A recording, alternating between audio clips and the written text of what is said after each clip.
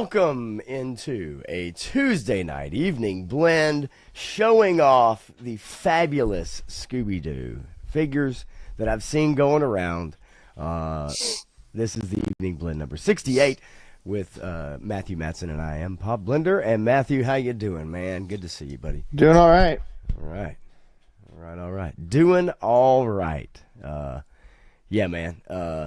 Look, a lot going on. We all know that. But we're going to try to get back into the saddle and bring you guys some interesting news. We're going to cover a few things.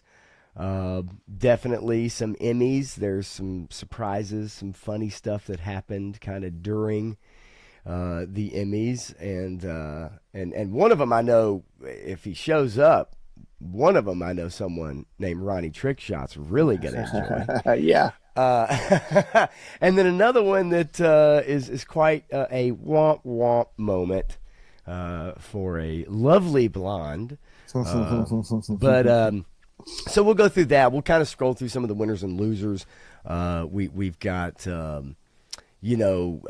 big news with Skydance, Paramount, and Warner Brothers, man. And that could change a lot of things with James Gunn. Yep. I've seen some interesting quotes from with Margot Robbie and Dakota Johnson, Amy Poehler talking about comedy and the Emmys in particular, which is interesting to me. And then, a few other things, right? A few other things. And then we'll get into the back end about escapism and Hollywood and where that's kind of headed or has been headed and maybe where it's going. Or whatever. So we'll talk about that. But welcome in to any and everyone who likes to join us every Tuesday night at this time. So, man, it is slow season. You and I talk about that the last few weeks, right? This is the months, the doldrums of movies. Occasionally you get something that comes out of nowhere and pops off. Those have been kind of anime recently, surprisingly, surprise releases. And then you get something like we talked about with Jaws, right? Re-releasing an older movie, which we can look forward to with Back to the Future next month in IMAX. I'm really curious to see what kind of money that does. I think it's going to do very well. But the news cycle slows down a bit this time of year, so you kind of got to dig through and find some stories. But with the Emmys, I think I found some interesting stuff. Matt Reeves comments on the Batman 2, which a lot of people are curious about. So we'll see. We'll get into it, but I guess I would be remiss without first of all asking you how you been. We don't have to do a deep dive, but how you been? How you holding up? And all that. Things are good.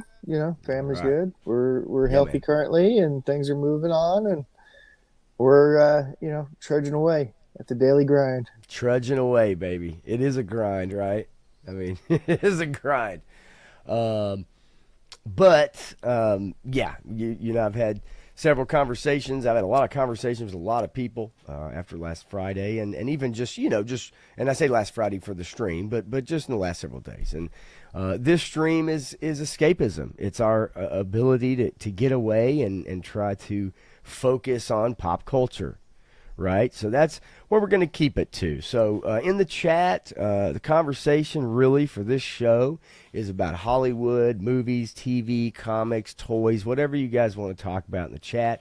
But that's really where we need to keep it with this show, right? My show is on alone, is more in other realms. This show is definitely to have fun, and that's what we're going to try to do. So hopefully you guys are into that. And so away we go. Definitely always want to say hello to the chat before we jump in. And anybody that new comes in, Matthew, feel welcome to highlight them if you want to, by all means, and highlight in anybody's comment for sure. Great figure. Yeah. Absolutely great figure. Let me swap places because I want to highlight this guy.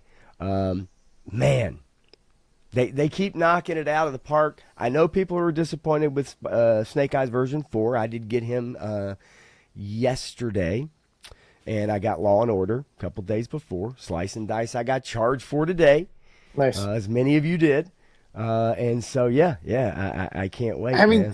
the little things like the gas tank on there, and then the shotgun, and Yeah. then the thrower there, the monkey wrench on his axe handle. Mm-hmm. You know, the shredded jeans and chains, man. I mean, this Yeah. little bandanas around there, Yeah, man. swappable masks so you can have it down or up, or the other mask, the breather mask. You know, I mean, The paint apps paint are apps are fantastic. awesome. Yeah, Right. no, this is so well done. The seatbelt, I love the seatbelt motif with the straps on them. Right, right. I mean, yeah. he's pretty cool. Yeah, I'm with you, dude. I'm with you 100%. I love that figure. I think they knocked it out of the park. Graf, what's going on, my friend? Good to see you. Stanley, first in the house. Johnny Reno, cheers to you. I am having a beer tonight. Look out. But I do have trusty water right here. Definitely, and let me move that away from my mic cable.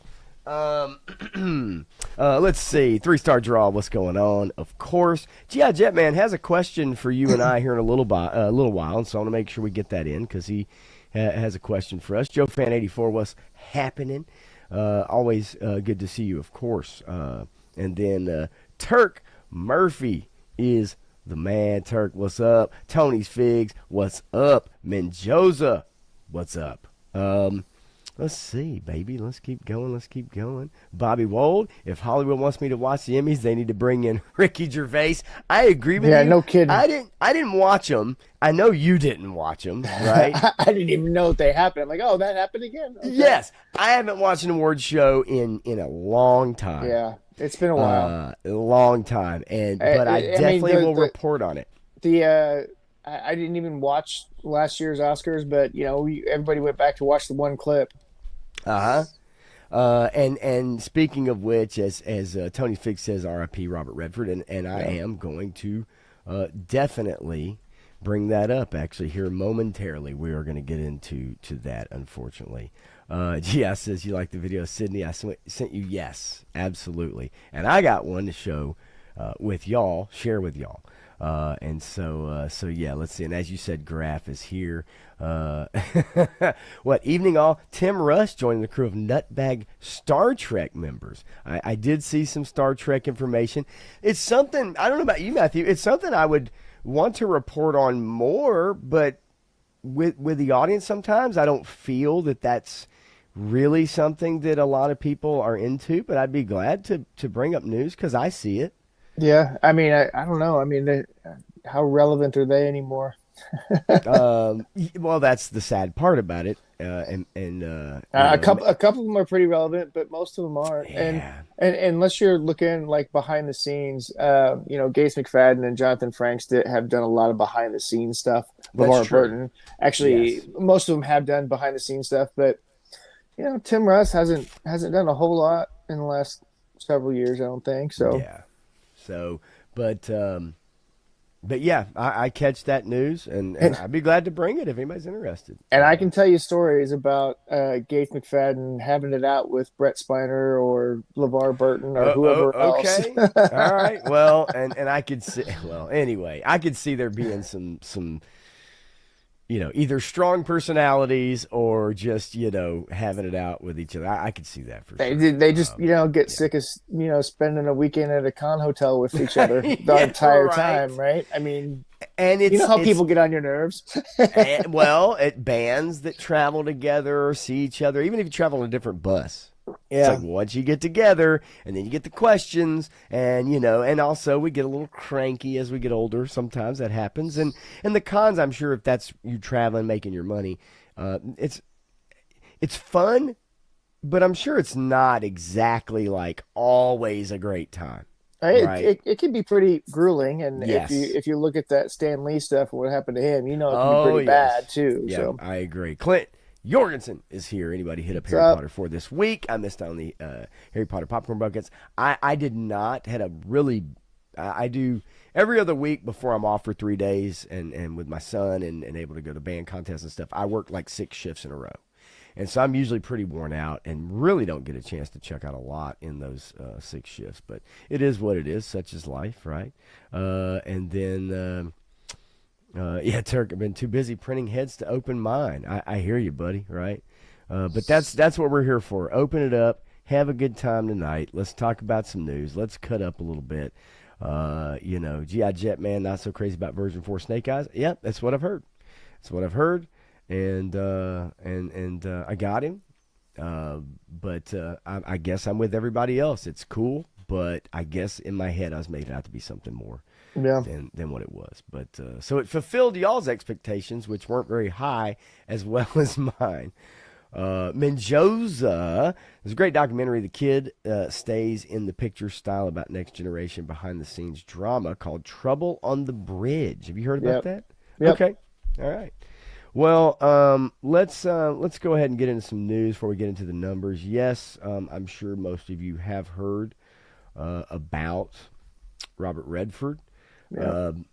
Look, growing up, Matthew, and it's not only seeing like the older movies like Butch Cassidy or All the President's Men, right? Is that one of the movies I went to the theater to see was Woody Harrelson, Demi Moore, right, and Robert Redford, and that movie was kind of the premise of a rich billionaire wanting to spend one night with your wife, which it's kind of a weird premise, but as a kid, and I can't remember exactly. Do you remember when it came out? No, I don't remember when it came out, but it's I'm gonna look it up and see exactly when it came out because I know I saw it at the theater. Okay. Well, but I can also tell you that the first movie I saw in the theater was 2001: A Space Odyssey, and it had to have been 81 or 82. Okay, and so that was clearly a re-release. oh, absolutely. So when Indecent Proposal came out, it was 1993. Okay, there we go. Clint was pretty close. I want to say hey to Woody Triple Deuce. What's up, buddy? Good to see you, man. 3-star said 97ish. Yeah, 93, and it was right after I graduated high school. And I remember going to the movies to see it, and it was like that premise was like, what? And even then, Robert was, definitely kind of past, right, portraying this character. But my point being is that very early on, he huge movie star. And then there kind of came a point, right, where like he really kind of pulled back quite a bit in his movies, maybe did more independent film. Yep. Started the Sundance Film Festival. That's probably really his biggest claim to fame, in my opinion, other than the movies, because Sundance became synonymous with indie film and things being shown and breaking, directors and actors, right? Tarantino, Rodriguez. Yes. Yeah. I mean, it's and to me that's his greatest legacy. But man, look, the movie stars of today, there are a few of them that have that rugged, good looks, that manly man kind of look, right? At least on screen. Yep. And that's definitely one person who had that throughout his career, right? Yeah. And as you at 89, I'll sign up for that. Yep. Right. I would sign up for that. Yeah, definitely. So just kind of scrolling through the way we were, Streisand, Butch Cassidy, Sundance Kid, 3 Days of Condor, All the President's Men. All the President's Men, man. Yeah. So many great ones. Yep. And then even a couple people kind of, but like The Sting. Jeremiah Johnson. Yes. Right. Yeah. The Natural, as Mendoza says, was a movie as a kid growing up that I adored that movie. And it replayed all the time on cable TV, and I've seen it so many times, but absolutely love that movie. Glenn Close, also, in that movie. And, a lot of people say, well, that's not the greatest of his. I'm not going to disagree. But it has a place in my heart, especially at that time, loving baseball. I will say that, everybody throwing up their Captain America Winter Soldiers, not his best role. He was barely in that movie. Barely in it, right? Barely in it, but he was, It was good. He was but good. you know, he was more, I guess, in the most recent years behind the camera, Oh yeah. mostly. But even then, really, you know, in the last, I mean, 15 years or so, really kind of pulled back, and at that age, I think that's natural, Right. right? Yeah. You know, yeah, okay, cool, Clint. Yeah, that's sweet. A bridge too far, hmm right? So many good ones for sure. Yeah, and Graf says, "Hey, screw you guys. I'm nominating Captain America." Winter Soldier. But we would be remiss without at least mentioning Robert Redford's passing, and we are at that age. We've brought it up a couple times, man. We're like, you know, we're gonna see, you know, actors and musicians, right? People we've grown up knowing our whole lives, and it just is what it is, you know. And I hate to see it, but definitely an original, you know, Yeah. all his own. I mean, that's really the truth of the matter. And let's see here. Let me back up a little bit. I know you guys can't see that, so I'm talking to myself. How about that? Yeah. Anyway. The Unknown Stuntman, another good one. Graf, yeah, I Oh, do my think bad. in the '80s Yeah, he would have been yeah. a good Captain America for sure. A little bit better than the guys they used in the '80s, probably. Yeah. But you got to imagine at that time, like, who's going to take on a role like Oh yeah, that? And right. unless it really was a big budget, you know, great script. But I think at that time, Yeah. definitely difficult to bring superheroes to life the way that we've known them in the last 25 years, I don't know. right? I dig that '70s Spider-Man movie, man. Those, Hey, as a kid, I dug the TV show, and that's some yeah, super cheese, dude. or It's the yeah the live action Spider-Man they did. I was fascinated with that one. I mean, now the Spider-Man cartoon. Oh yeah, buddy. Oh boy, I mean, man, like that's the Spider-Man and thing. his amazing friends. But I mean, the '60s, the theme Yeah, song with the Spider-Man. yeah, oh dude, like that, and I used to love watching that, and the lizard, like that one in particular, stays with me for sure, for some reason, but yeah, they just that's something that's missing today. Yeah, I Theme know. songs from The, shows and stuff, that man. Fall Guy theme song is so awesome. I Yes. love that. I mean, we don't get it anymore, and it used to be a staple, a Yeah. hallmark of television. That's when you knew. When you heard it, it's like you better run to the Yeah, well, TV. there are no more Mike Posts out there. There, yeah, No. yeah, and John Williams isn't writing scores for television shows and commercials anymore Well, either. that's also true. Johnny Reno says, I hate Spider Man. Well, you know what? I don't know I've ever heard anybody actually say that, Johnny. I'm not going to lie. I Yeah, can't say that I and have. I don't think I've heard that one before. Now, Menjoza, I got to tell you, the Yeti episode on Electric Company. Do you remember that, Matthew? hmm Where the Yeti sits on cakes. hmm Yes, that one. Gosh, I can remember that too. Yes, live action, Electric Company, Spider Man, rock and roll. I didn't know we were going to get a Spider Man conversation, but the Yeti one for sure, definitely. Johnny Reno, maybe. I mean, Moss Man, he's a interesting cat. Spider Man, maybe he is. I don't know. Although I gotta say, he was married, he had a girlfriend, so I don't know. Moss Man, I don't know that much about Johnny, so I really can't say. Matthew might be able to educate me on that.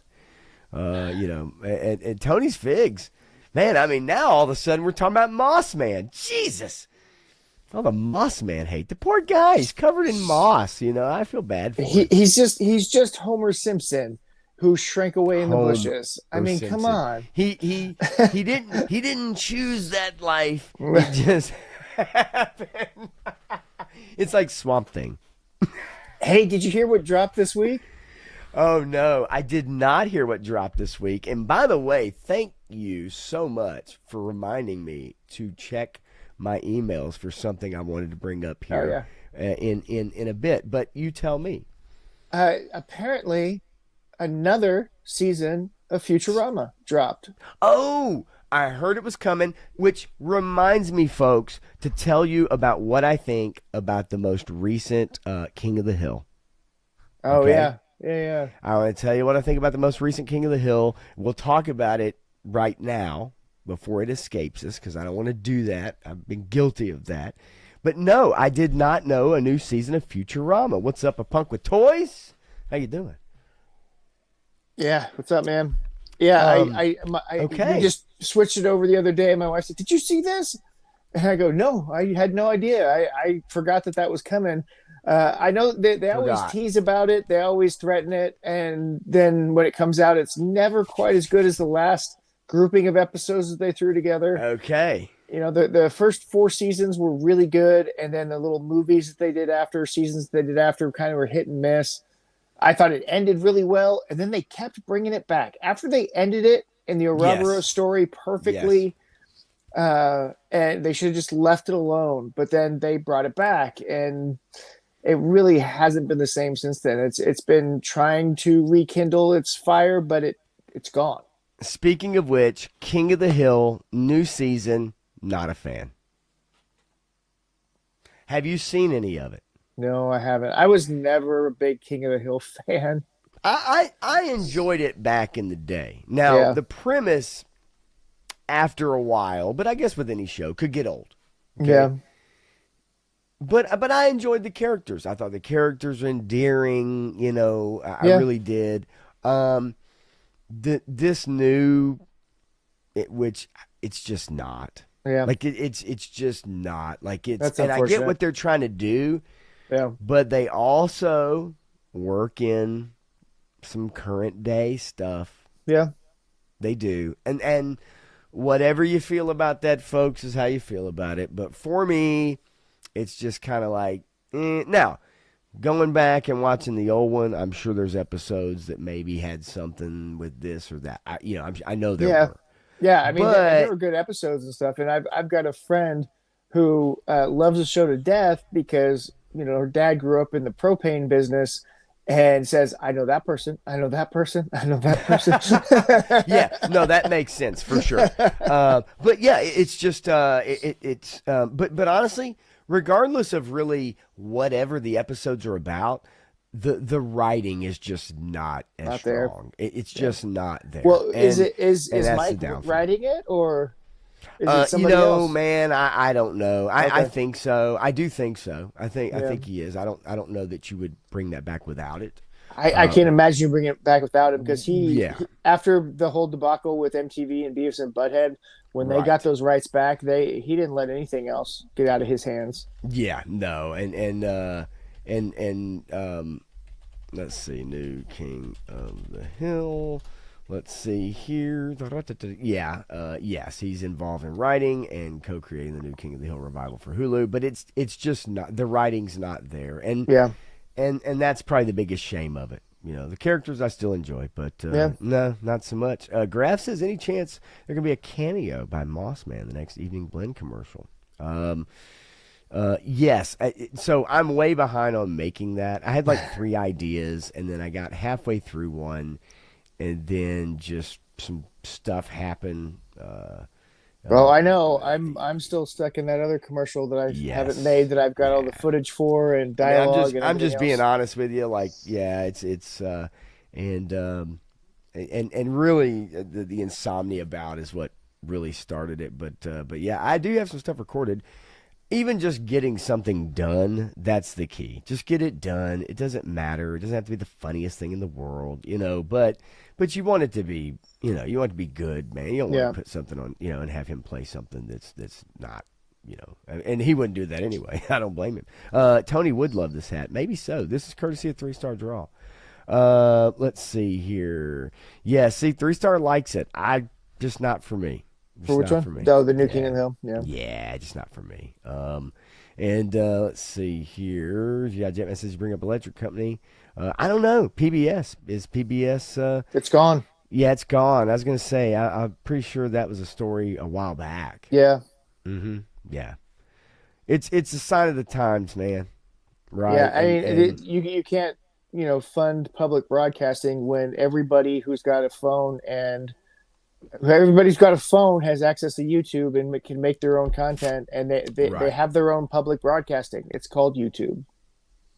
So let me ask you, Gi, was that what you kind of wanted to ask about? Was about PBS earlier? You said you want to make a rant video, but you kind of didn't know a lot of the info. Is that was that about PBS? I mean, that story has been around for a while. I mean, it really has. Yeah. Yep. And again, I just think that it's just kind of a sign of the times. Yeah, Well, 3 star. I don't know if it's as sharp, King of the Hills as sharp as it was. I yeah. understand they are making fun of a lot of the things that I just brought up, but man, I don't know. I just Well, didn't feel it. and if you're talking like Sesame Street or something like that, actually HBO purchased Sesame Street a while back, Yes. and so they have the whole back catalog, and they made a few new episodes, but then they haven't really funded anything else on it because it didn't get as Right. much traction because it's HBO. But now that it's all wrapped up into the HBO Max, I don't know. There could be room for something to happen with it, but I believe HBO probably still owns the rights to it. Yeah, and honestly, I mean, just let's just face facts. Sesame Street, Mr. Rogers, Muppets of any kind. It just is of a time. Would you kind of Appointment agree with television. me? Yeah, no, it's when we Yeah. had appointment television. Yeah. It's when we got up early to watch our cartoons, and when we got home from school and we had something to watch. It's that entertainment time in between things. It's not just whenever you want to watch it all the time, and you get a Right. million episodes to just stream forever. It was a time and a place. And getting ready for school in the morning. Yeah. If you had to go stay somewhere to Yeah. catch the bus, then the daycare person would put on Sesame Street, or they would put on whatever, and Fraggle Rock, right, or whatever. And I just feel like those things today, to most kids, even though they have their replacement, so to speak, is those brands are just of a time, and Yep. they've kind of come and they've gone, and it is what it is. Sadly, they mean It's- more to us Yeah. than they do to right. Well, and it comes with the aesthetic of the time, right? There's Yeah, always that's true. there's always something about each generation that sparks their interest, and they gravitate towards what that thing looks like. And Yeah. right now it's Bluey and Phineas and Ferb, right? And then it morphs into some other things. Miss But- Rachel, or whatever. Yeah. the new YouTube Late thing is. late 90s, early 2000s, it was Courage the Cowardly Dog and Dexter's Laboratory and that kind Yeah. of stuff. Yeah. Yeah, so it always changes. No, you're right, and that's why I said I think it's of a time. It means more to us probably than to people now, because it's not popular now. It's not Right. what is in now. Yep. And Yep. it's just part of it. It sucks, but it's part of it. Skivvy toilets, what's popular now? So Yeah, I don't even want to. Me and my son and I were making fun of that shit at Walmart and Target this weekend. yeah, Yeah, on Sunday we went out for a bit and was looking at drums, and we stopped by Target, we stopped by Walmart, and aside from the music store, and he picked up Skibbity, and it was just like, what? Come on, like seriously, what is this? But it is something. yeah. Right? It is something, and it's something that people love. And it's Punk, at Target, it's at Five Below, it's at everywhere. Walmart, it's all yeah, over the it's place. everywhere. And Punk talk. Yeah, it's funny. Kind of talked about it a couple weeks ago, whatever. But Yeah. but it it is what's in, right? And what's funny is HBO should make a Sesame Street episode with Spawn from their car. Yeah. Right. I'd love to see. that. Well, Toddy Mac still owns that. I mean, because has HBO put it on, Yeah. right? It Right. doesn't mean that Toddy doesn't still just own that, because he's not letting go of Spawn. No, Lord, no. And why would you, right? Yeah, right. No. It'd be the mistake that was it Eastman and Laird? Which one was it? That was it? Well, so yeah, it Peter was Laird or Kevin Eastman that decided to well- let it go, and well, Kevin let it go, and yeah, Peter sold his soul to Nickelodeon, right, and then Peter left and just cut all ties with it, and hasn't done anything till that interview, that documentary that they did together. Yeah. But that was kind of a reunion thing. But then Kevin comes back and he works for all the companies that own the rights for it, so Right, he yeah. continually gets paid to work on his own property again. But I mean, that's probably ultimately, in a way, it sucks, but at the same time, the differential in like, yeah. Well, it's the same huge. reason. It's the same reason that the good publishers out there don't just straight reprint something. They'll get the original artist or writer back, or both, hopefully, Yeah. back to do something extra, so they can Right. put their name on it and say this is new content, and they can pay them for the said new content. Which is why we have the commentary books from IDW. Which is why Skybound had Larry do a bunch of extra stuff for the re-releases of the Marvel run, all that kind of stuff. Right. Um, yeah, it's just, sometimes it's kind of like you think, because, at the time it was like, well, the Turtles have had their run, right? And then all of a sudden there's this revival, and then it's renewed interest, and there's movies, and it's like, damn. Kind of wish maybe I'd have hung on to that. Maybe I'd have Well, sold out. but here's the other thing. You think about uh, uh, things like that. They fade away and they go away and they never come back unless somebody brings them along, right? Yeah. Like It's a Wonderful Life was a flop and never would have been seen again. Would have fallen into the annals of nothingness if Right. it didn't hit public domain and everybody started playing it on Christmas, and then everybody fell in love with it again. In the 80s or whatever. A Christmas Story. Well, yeah, I mean, Flop yeah, at the movies, and then all of a sudden it becomes this thing, But how do you predict that, right? And you can't. Yeah, No. and so the people that relinquished rights on things probably did it because they needed the cash, Yes. right? Yes, And then you're somebody right. else found a way to popularize it again. And that, Yeah. when that happens, that's awesome. But, would Ninja Turtles be as popular as it was if Nickelodeon didn't try to do something different with it? And I ain't gonna lie, I've said it before. I really enjoyed that 2013, I think 12, 13, Yeah, somewhere in 2012 there. series. Yeah, I yeah. enjoyed that series. I thought it was very wonderfully done. And, everybody talks about the 2003 series.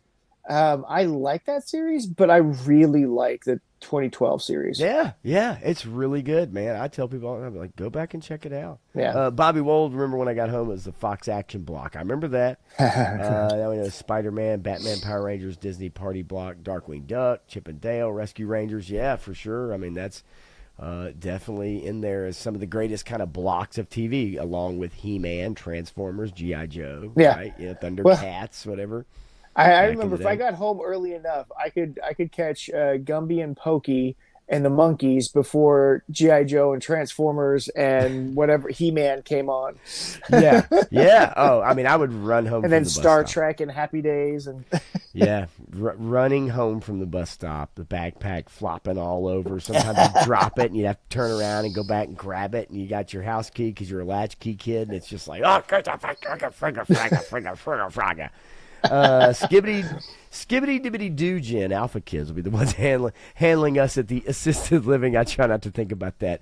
Yeah, but everybody grows up, right? It's the same thing with us. Everybody grows up. everybody grows Okay, old. okay, yes, everybody goes, oh, what I meant was the people handling us, Yes, right? yeah. But I say everybody grows up, but I'm far away from that comment tonight. So, yeah. We do yeah. not resemble that. Yes, no, yes. Viper Scout is here. Eastman needed the money for Heavy Metal Magazine and the movie. There we go. Rock and roll, baby. Gummy Bears were here and there, bouncing And everywhere.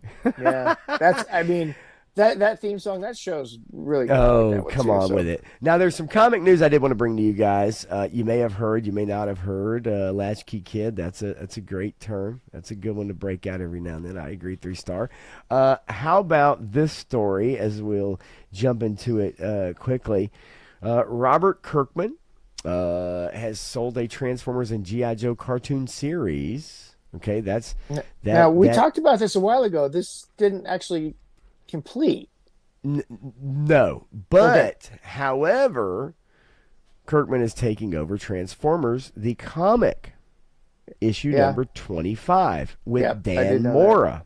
Yep. Dan Mora and Robert Kirkman are taking over Transformers, starting with 25, for those of you that have been reading those issues, and they are very good. They are taking over, and they are going to expand the Energon universe.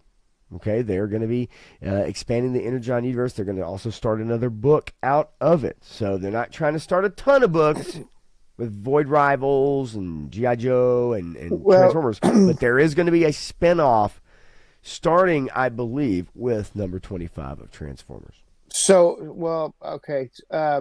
They said there weren't going to be more than 3 books in the Energon universe. I know. And they're already breaking that rule and creating a 4th book. You are correct, and that was some of the worry. Let's see here. I'll bring it up. I had it saved and emailed to myself. Dadgummit, but for What's up, Ronnie?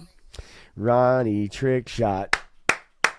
Okay, so just to share this with you guys very quickly, we don't have to do a deep dive into it. There we go, baby. Rock and roll. Comic creator Robert Kirkman and artist Dan Mora are the new creative team for the ongoing Transformers comic series, starting with issue number 25 in October. Known for Walking Dead and Invincible, Kirkman's taken over writing duties from Daniel Warren Johnson, and Mora, a high-profile artist previously with DC, is the new primary artist. Mike Spicer and letterer Russ Wooten will remain on the title if you like the Transformers series, which has been pretty good. I've heard from a few people it's kind of slowed down a little bit recently. Well, that's probably why they're shifting gears. Maybe the storyline that the first writer had is... No, actually it's not. From what I understand with an interview with Kirkman that I read recently, he said that the plan was always... Okay. Yeah, always to do that. And I'm going to tell you something, Matthew, right now that I was encouraged to see. We've talked about this before with comic writers. I was encouraged to see I could not find a Blue Sky account for Dan Mora or Robert Kirkman. Yeah, interesting. X and Instagram only. Take of that what you will. Yeah.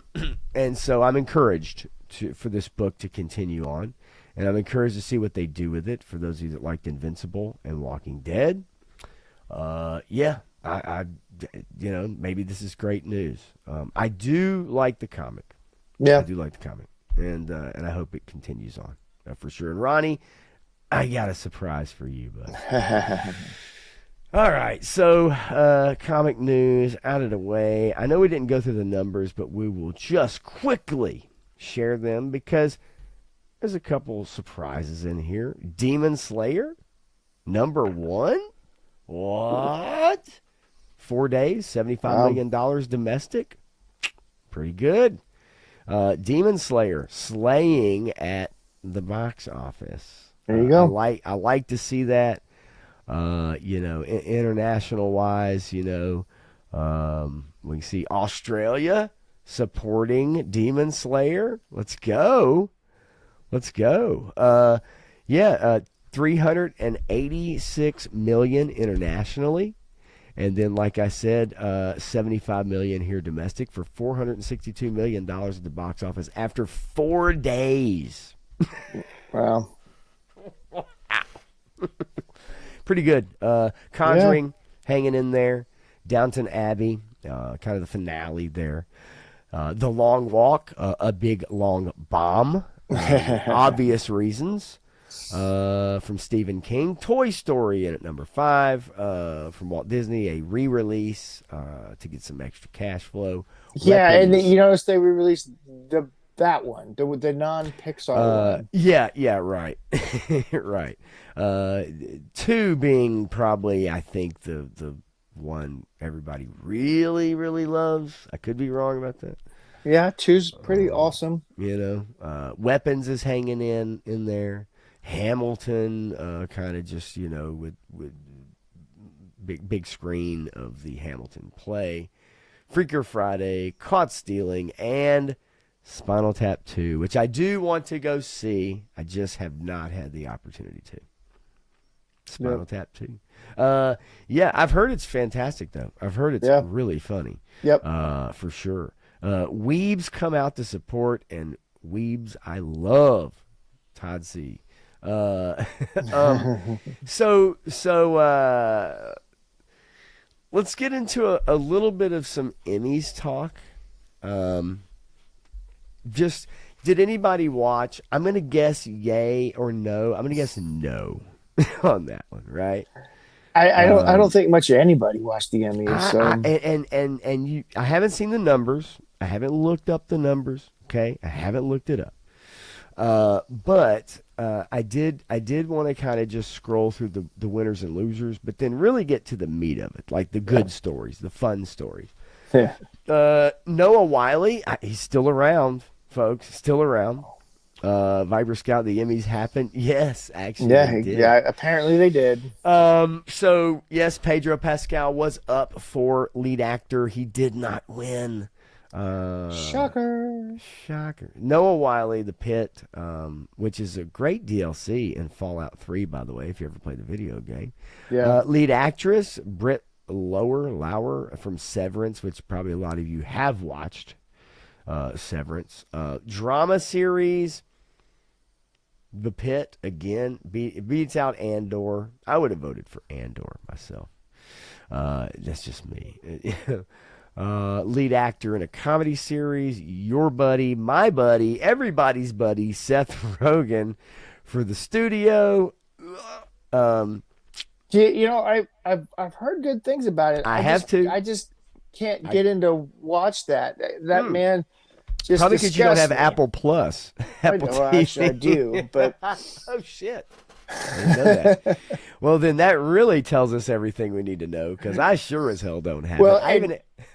I'm trying to get back to watch Foundation. I haven't watched the latest season of Foundation. It was renewed for another one. Yeah. We need to get caught up on that, because I really like Lee Pace, and we'll see. Jared Harris is awesome too. So yeah, Johnny, never heard of Emmy. Who is she? I get it. I do. I'm trying to think if I ever really knew anybody named Emmy. I don't think so. Gene Smart. I mean, look, Gene Smart, still around, designing women to hacks. I mean, let's not kid ourselves. Quite a career, folks.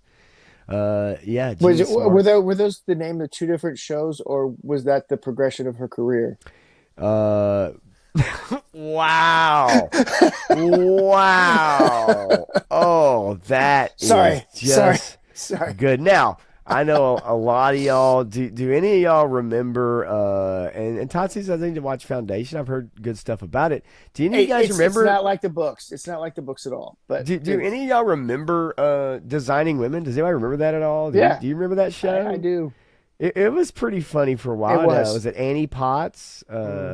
Was it Annie Potts? I don't remember the actresses who were on there, but I did enjoy them. I thought they were fun. Sometimes I would get them mixed up with Golden Girls, but I know they were. No, I didn't do that.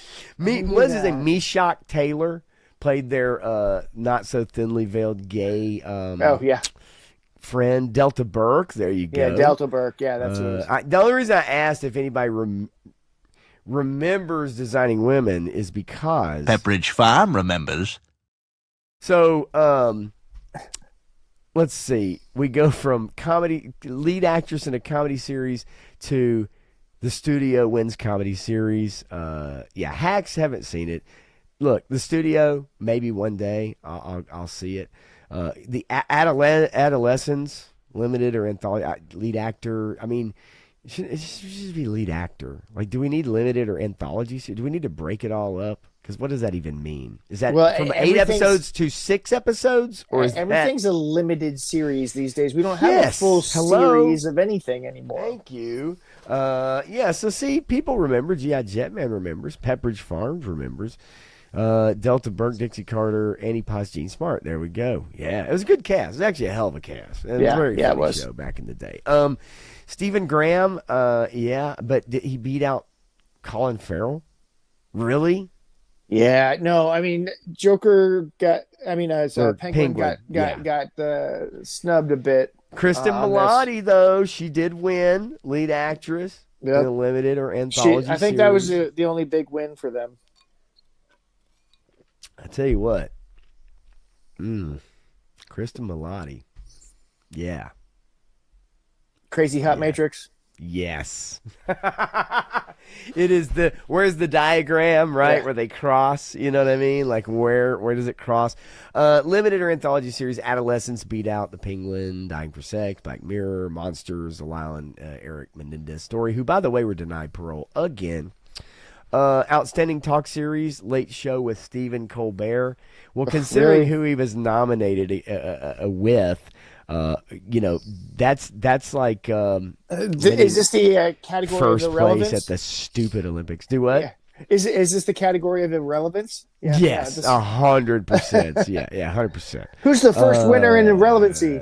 Right. And really beyond that, I mean, we could get into reality. I mean, reality competition program, really? So reality TV is Emmy worthy when it's not even reality TV. It's produced television that is faked as reality. Like, how do we even get to that point? None And- of the reality TV was ever reality TV. And folks. one of these 5 shows is definitely someone not living in reality. But anyway, supporting actor in a drama series, Severance. I mean, again, the list goes on. But really, truly, to me, is the stories that came from the Emmys, including on the stage, and that's where Ronnie Trickshot, for me, deserves this. So let me just bring it up and get it ready for you guys. And okay, now you guys tell me if you get the joke, because from what I understood, there was a lot of people that didn't understand this joke, and then when they finally did understand it, they shared their frustrations. Okay? Their frustrations. All right. Thank you, Dan, for helping me out after what John did.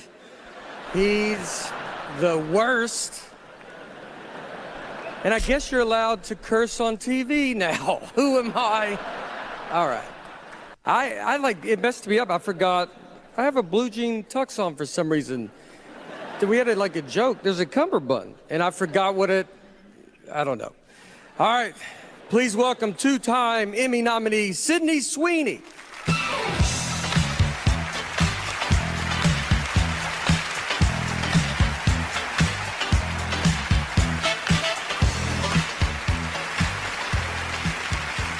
Hello.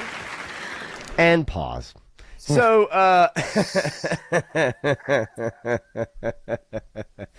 yes. Did anybody get the joke? Yeah, the jeans. Yeah. Hello, the jean on. tuxedo, the blue Right. jean. Well, evidently that caused a big thing, right? Like, yeah, is it a good joke? No, Yeah. didn't say it was a good joke, but a lot of people not only missed it, but when they got it, then they were kind of upset about it. They were upset about bringing up the blue jean ad. It's not a good joke, but No. by God, I'm glad what it introduced. Yep. By all means. Yeah, I mean, come on, right? Like, let's get to that enhanced bit rate, shall we? Anyway, that's what YouTube Premium does for us.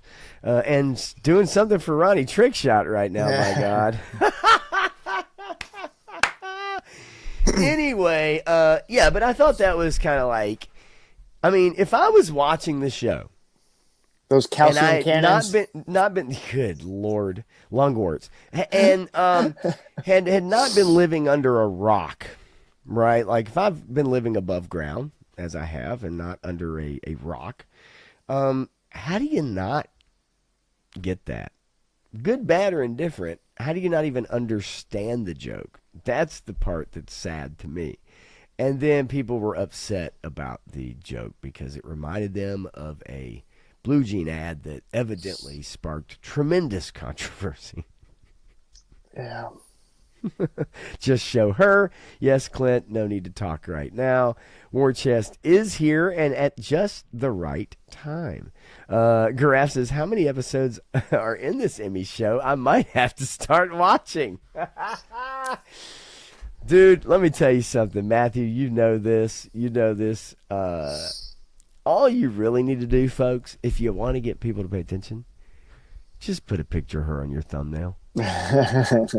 Just put her on every single thumbnail that you make for every single show or stream or video that you make. People will tune in. But anyway, yeah, how people didn't get the joke, I don't understand. Like I said, good, bad, or indifferent, doesn't matter. It's just, how do you not? It's perfect. Now, I have another one for you. You heard about this, you heard about this category, right? Right? I'm the only one that can't hear. Okay, so, you heard about this category. The 5 female directors and 1 male director nominated in the category. Yep. Right. And the lovely, talented, beautiful Elizabeth Banks, who I love from the, what was the summer movie? What was the one that was made from back in the day? You guys in the chat will know it. It was a comedy. It was her first movie debut, actually. And it was, oh gosh, summer camp or something. It was a goofy summer movie. Anyway, so I remember seeing her back then and being like, God, I love this woman. She's fantastic. So I'm going to play this clip, and she's going to qualify. She's going to give you all of her qualifications of what she's done, and then she's going to announce the nominations. And so I wanted to, Wet Hot American Summer. Thank you, Viper Scout. I love that movie, by the way. I think it's fantastic. So I'm going to share this with you guys from the Emmys. Elizabeth Banks, ladies and gentlemen, take a great listen. If you're unfamiliar with my work, I'm an actress, a director, a producer, a spokeswoman, a Lego heroine, and the host of the game show Press Your Luck. I'm here to tell you right now, we don't care. Let me tell you, we don't care. So if you're unfamiliar with my work, why are you here and how did you get in? I'm presenting the award for directing for a limited or anthology series or movie, which is a lot of stuff, right? Oh, I'm sorry, I didn't realize that was a joke. And when was the last time a directing category had 5 women and 1 man? Now, Yes, girl power. I'm gonna go. I did not bother to look that up, but I think we all agree it was never. Are you sure? And this year's nominees are Helen Shaver for The Penguin, Shannon Murphy for Dying for Sex, Nicole Castle for Sirens, Jennifer Getzinger for The Penguin, Leslie Linka Glatter for Zero Day, and Philip Barantini for Adolescence, which is kind of poetic if you think about it, because that means Philip is the oneer. If you know, you know. What does that even mean? All right, the Emmy goes to Philip Barantini. Oops. Oh, If you're unfamiliar- that's just Oops. priceless. Oops. Just priceless. It's yeah. You know what? Yes, the reel is as cringy as her original performance. So, 3-star draw. I'll tell you what. I'll give it to you unedited. How about that? How about that? You asked for it, and I'll give it to you unedited. Let's do that, shall we? So here you go. Since that reel didn't satisfy, I'll give it to you straight Raw. and raw. If you're Dog it. unfamiliar with my work, I'm an actress, a director, a producer, a spokeswoman, a Lego heroine, and the host of the game show Press Your Luck. I'm here to tell you right now, we don't care. Let me tell you, we don't care. So if you're unfamiliar with Psych. So anyway, no, I think the funniest part is the fact that, yeah, the big deal. 5 female directors, 1 male director. I've qualified all my qualifications for you. And I'm a director, producer. actor, spokeswoman, right? The whole 9 yards. And I'm going to make a big deal out of this. Has this ever happened before? And then who won the award? Yeah, I mean, the oneer. The oneer. And what's so funny is I think when she opened the envelope, she was quite surprised. And I agree. Elizabeth Banks, Timu Julie Bowen. That's pretty good. And Julie Bowen, hey. I was sad to see her get offed in Happy Gilmore 2. But it did spur the plot, right? It did spur the plot. So I get it. She was still there. She was still there. And they AI'd her in a bikini. Remember that? Mm-hmm. Mm-hmm. Yes.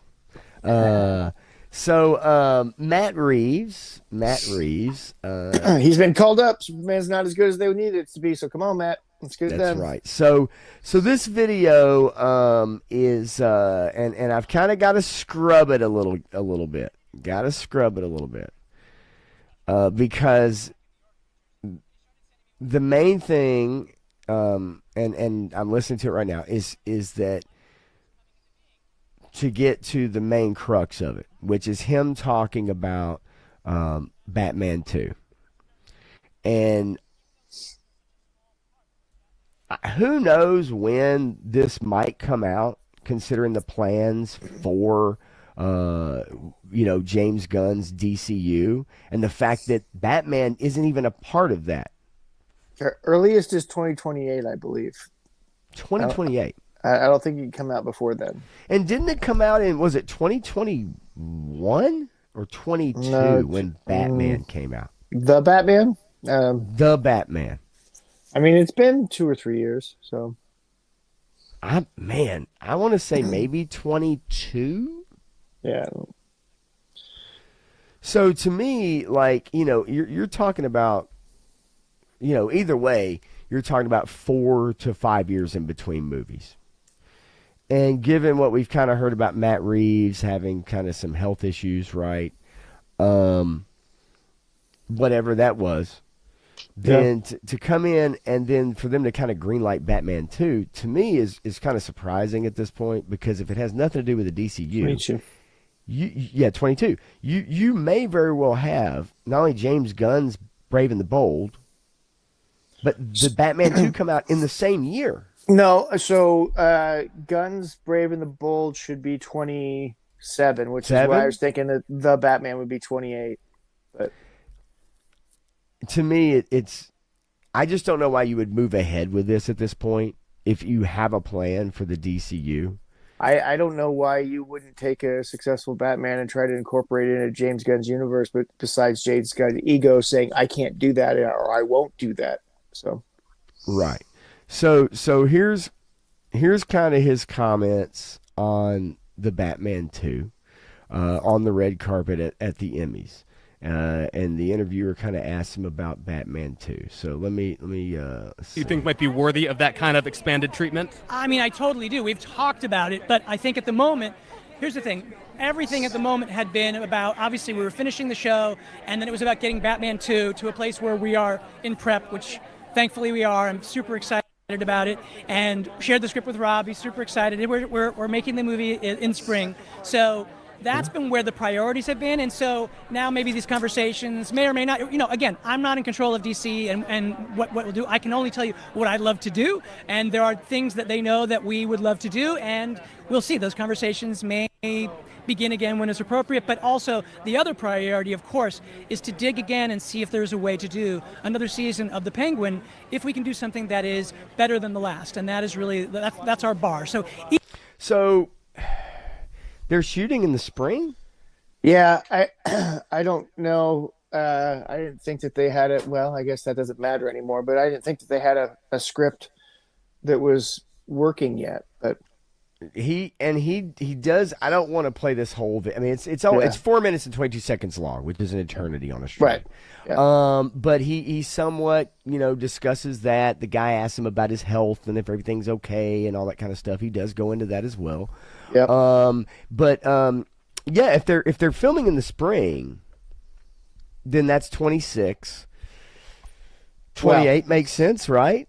I guess. Yeah. You know? I mean, yeah. Justice for Vic, right? No doubt. But I don't know where this has a place. And on top of that, we hadn't even brought it up yet. And I want to get into it as well, is that, 5 days ago, this was reported, but we've known about this for a little bit, is that, Paramount Skydance preparing bid for Warner Brothers Discovery. So that could change all of this. Yeah. Yeah. I mean, go ahead. I'm just thinking about it.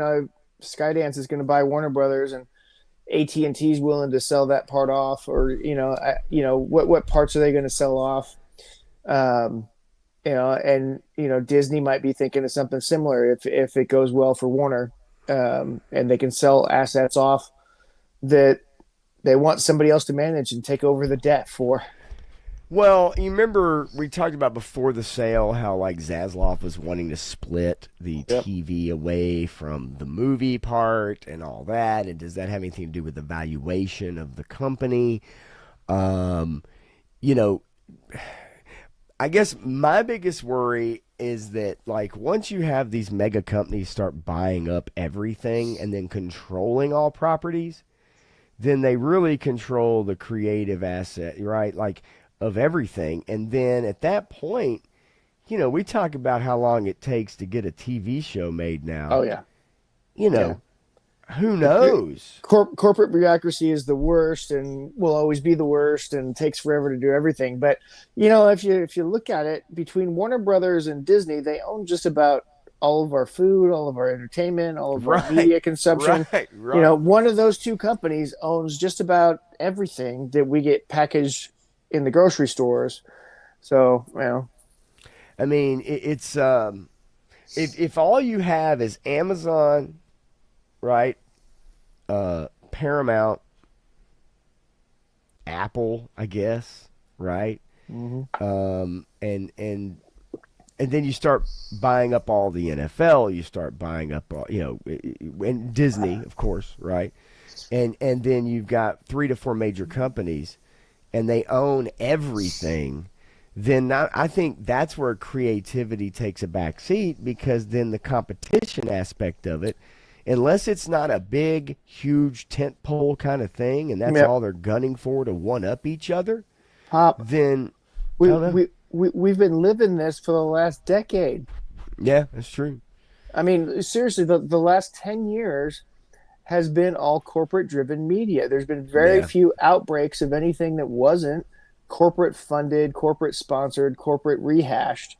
Right. And as everybody said, this year is the year of sequels, requels, and proquels, prequels, whatever. Yeah, right. Threequels and all that it's all rehashing, reinventing the same thing. There's nothing new, because corporations refuse to take a chance on something new, which is why they purchase everything. It's why Bob Iger was in place. He was there to buy stuff. And that's all he did, was buy it and then throw it in the garbage or throw it in the fire to burn it, whatever. But that's all he did. I mean, you are right. I mean, ultimately, as the money, you would think more money, or the injection of more money, would maybe say, hey, let's take a chance and be creative. Let's come up with something new. But actually, when you have that much money on the table, you have that much more to lose, which means, to me, you're more risk averse. So can we redo the original Star Wars trilogy? Can we remake Back to the Future? Right? Can we, let's put out another Jurassic Park movie. Yeah, I think Primal War's doing better, but whatever. I mean, maybe in the minds, but I'm Jurassic Park. I mean, those movies, they make almost $1 billion, right? Yeah. It's like they could slap whatever shit script they want together, and it doesn't matter, because it's like, ooh, dinosaurs. And in the newest one, I think one person dies. Like maybe one, or no, it's 3. I think there's 3 people, and but they're not even scary anymore. They're not even horror related. They're not interesting. They're pretty cut and dried, and you know that's what you're looking for, right? And all right, give me a G.I. Joe Dino Hunters movie. Come on, guys. You can do it. You actually, you know what? I would love to. I mean, just fucking cross some stuff over at this point. Make it interesting. Take a property that like a Jurassic Park, where you know people are going to see it, and then let's slide in Transformers. Let's put in, you know, I mean, whatever properties you own at this point, whoever owns it, just put in whatever, and crisscross this shit. Just start getting crazy with it. Crisscross make you want to jump. I mean, it made me want to jump. I mean, why not? All right, look, Shane, Same Time Toys, I have a treat for you. You guys remember Margot Robbie, don't you? You guys remember Margot Robbie? Yeah. Well, she showed up to the red carpet. She did. She showed up on the red carpet. She showed out on the red carpet.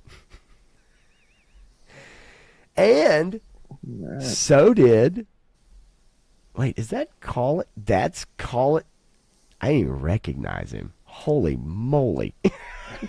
He looks like a very old Dick Tracy. But anyway, yeah. And also, Dakota Johnson showed out.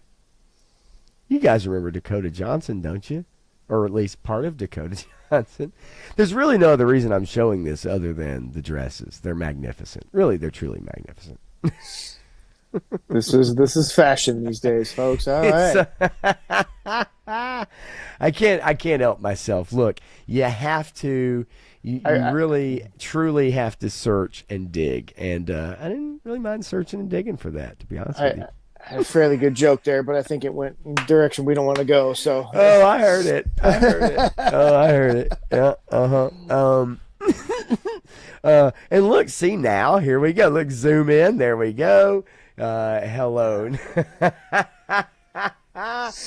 Same time, exactly. Look, I mean, listen. If not me, then who? That's all I gotta say. 3-star says Margot Robbie greater than Sydney Sweeney. I think you're probably gonna lose that poll. Yeah, guessing. I don't think so. I'm just guessing, but we'll see. We shall see. Oh, I know why. Okay, well maybe there's two big reasons why I think I like. Well, there's two big reasons, yes, but there's a major reason for 3-star, and you have to think about the type of women that he's attracted to. He skews Harley Quinn. He skews higher on the crazy mark. Yeah. Harley Quinn, okay, on the Harley Quinn. Okay, I get it. Grass says, I'm watching the Emmys. You've convinced me. I did not see Jenna Ortega's shirt. However, sadly, I have seen her Ozempic face, and that's enough to turn me off. Sorry, not sorry. Woody says those dresses probably cost more than a small house, and you are probably right, Woody. You are probably right. Only because some idiot convinced you to pay that. I know, right? Well, they don't get to walk away with them. They just get to wear them on the red carpet, right? Let's see. Viper's got to imagine Don Toretto's Charger transforming into Sideswipe with Sydney Sweeney. Yes, I can imagine that. Or originals Transformers movie, Megan Fox. Because the one scene, and you know the one scene I'm talking about, right? Where she's under the hood. Yeah. Let's come on, guys. Let's be guys, okay? Let's be guys. Matthew putting that degree to work. Holy shit. And Grass says, small house. Oh, man, did you ever see the picture? Will Smith kid wearing a small house on his head. Yes, I did. I showed it on a stream. Yep. I showed it on a stream. That was ridiculous. Yes. To put face on the housing plight in the country. Oh, no. He loved Crazy will be on many a headstone. You are correct, Menjoza. You are definitely correct. That is... By all means, you definitely are. So, all right, there's a couple stories to bring up here. I don't know if you guys saw this, and this actually does kind of suck, but there's a couple ways that it sucks. I know you guys probably like Teen Titans, at least that series. I used to watch it with my son. I did actually really like it. I thought, that the cartoon was pretty fantastic, very irreverent and goofy, and it was kind of like, Family Guy, where they'd start off and then the plot would end up in a completely different place, and they'd go to 3 different points in between. But that's kind of what I liked about it. Yep. Teen Titans Go voice actor Greg Sipes claims Warner Brothers canned him after he revealed his Parkinson's disease. So this is a guy that voiced Beast Boy in Teen Titans, the animated projects, right, recently. Yeah. And he has Parkinson's, which I did not know that. That's actually new to me. I did not know that. If I had seen it, I didn't realize I had read it. And so he says, literally fired me on Valentine's Day, right after I publicly shared my Parkinson's diagnosis. Now, I got to tell you, this story's a little weird, and only because he's now, look, I don't care, okay, but he started blaming the vaccine for why his Parkinson's symptoms showed up. Yeah. Now, whatever you feel about that, think about that, think about whatever. He did go very public with that and talking about it, right? Now, Warner Brothers as a company, hey, look, I don't know where all that stands. But evidently, they probably, if I had to guess, feel, and they said so as much, that he wasn't really able to voice the character the way that he had been able to before. And that's kind of a sad fact of reality, right? Yeah. I mean, how old is the actor? I think he's in his 40s. A lot of those voice actors tend to be a bit older, right? But they're able to play characters. 45 years old. He's 45 years old. Okay.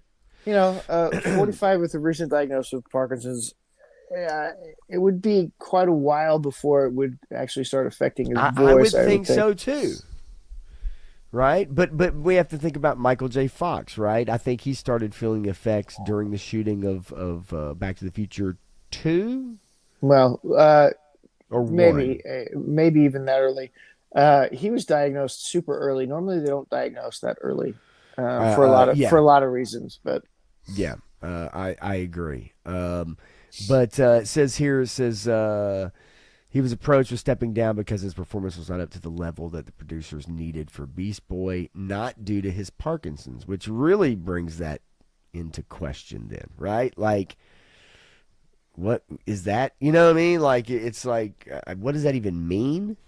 I mean, the guy's been voicing him for years. All of a sudden, he can't do the voice anymore. I mean, that's possible. I don't know. Maybe his balls dropped and he just got too deep of a voice. Well, he so it says here. It says that they're also kind of writing him off as paranoid. It says COVID. Oh, it's COVID causes Parkinson's, and that he can cure it with a simple detox. Wow. His social media shows he's a big advocate for the therapeutic properties of weed, which is not. I know plenty of people and have read plenty of studies as far as that's concerned, and so that's not a thing. That to me doesn't. But it says here he posted one of the main reasons I got Parkinson's in conjunction with when they released COVID on us. COVID triggered all the severe symptoms to progress. I'm healing gradually with getting the shit out of my body and figured out as much in regards to this disease. It is curable. And then he kind of solar engineering, geoengineering behind skyrocketing. It's not a curable disease. It's a progressive disease, right. And there's nothing that we can do that will fix it. We can slow its progression. We can potentially stop its progression for a short period of time or something, but you can't. Right. You can't cure it if that's what it actually is. Yeah, it's and that's why, like, I just to me, weed is not the way to help that. It is not the way to help that. Right. So and I misspoke. It wasn't the vaccine, but he blamed it on COVID that caused him to get Parkinson's. I think that's a stretch. Yeah. Definitely.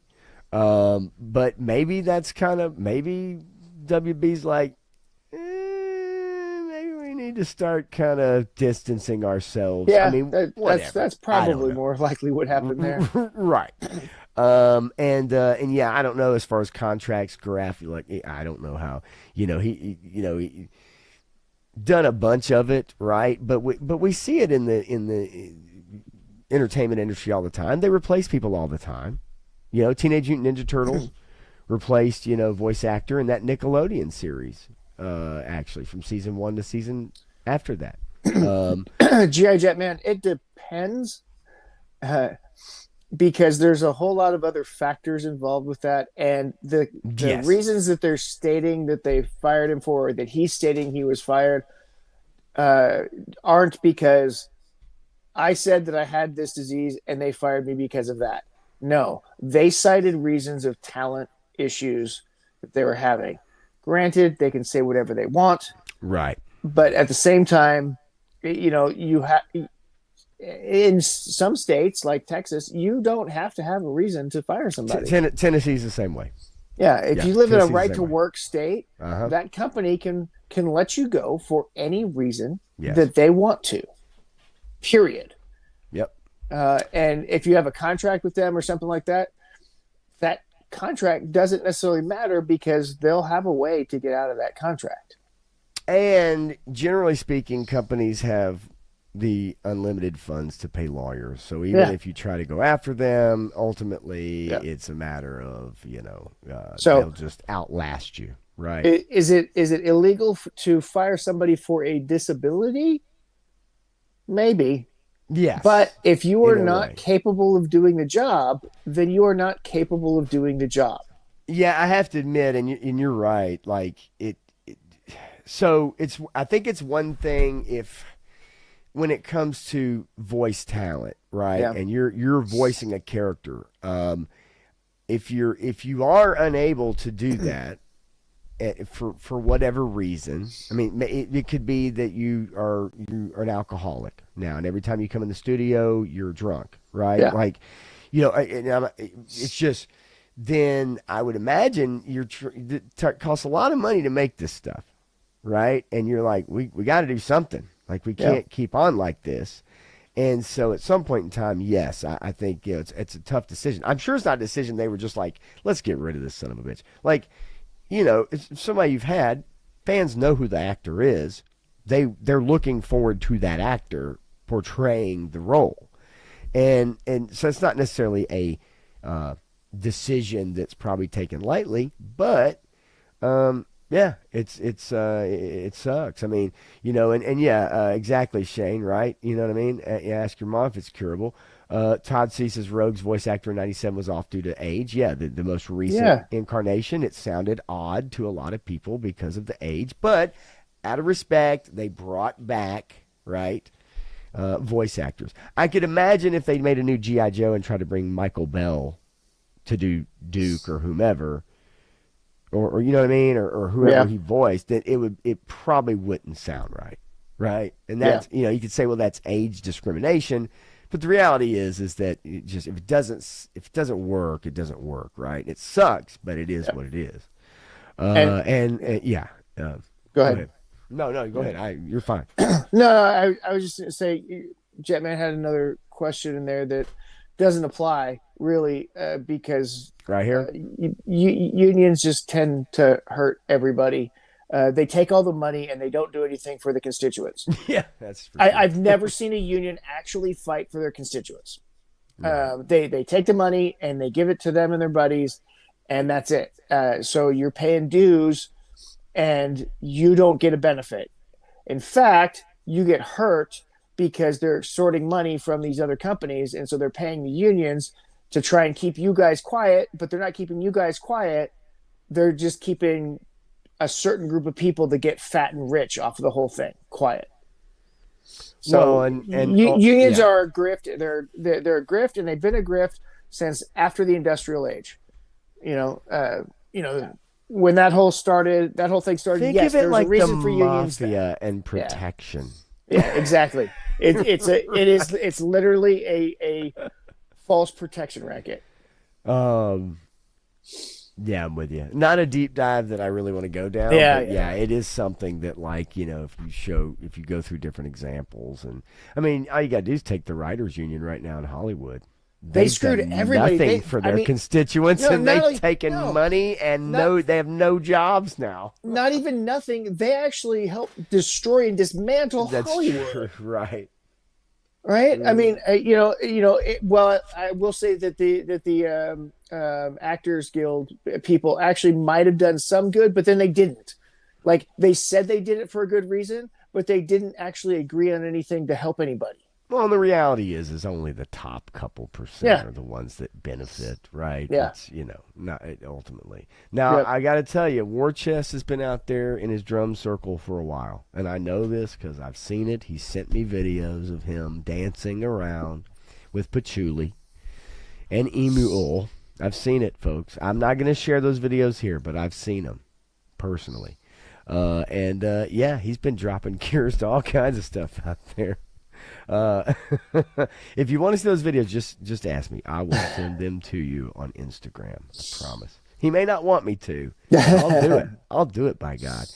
Todd C says, not illegal. I recall my father getting fired when he had cancer, went to chemo. His employer didn't want to support his leave. Yeah, that's...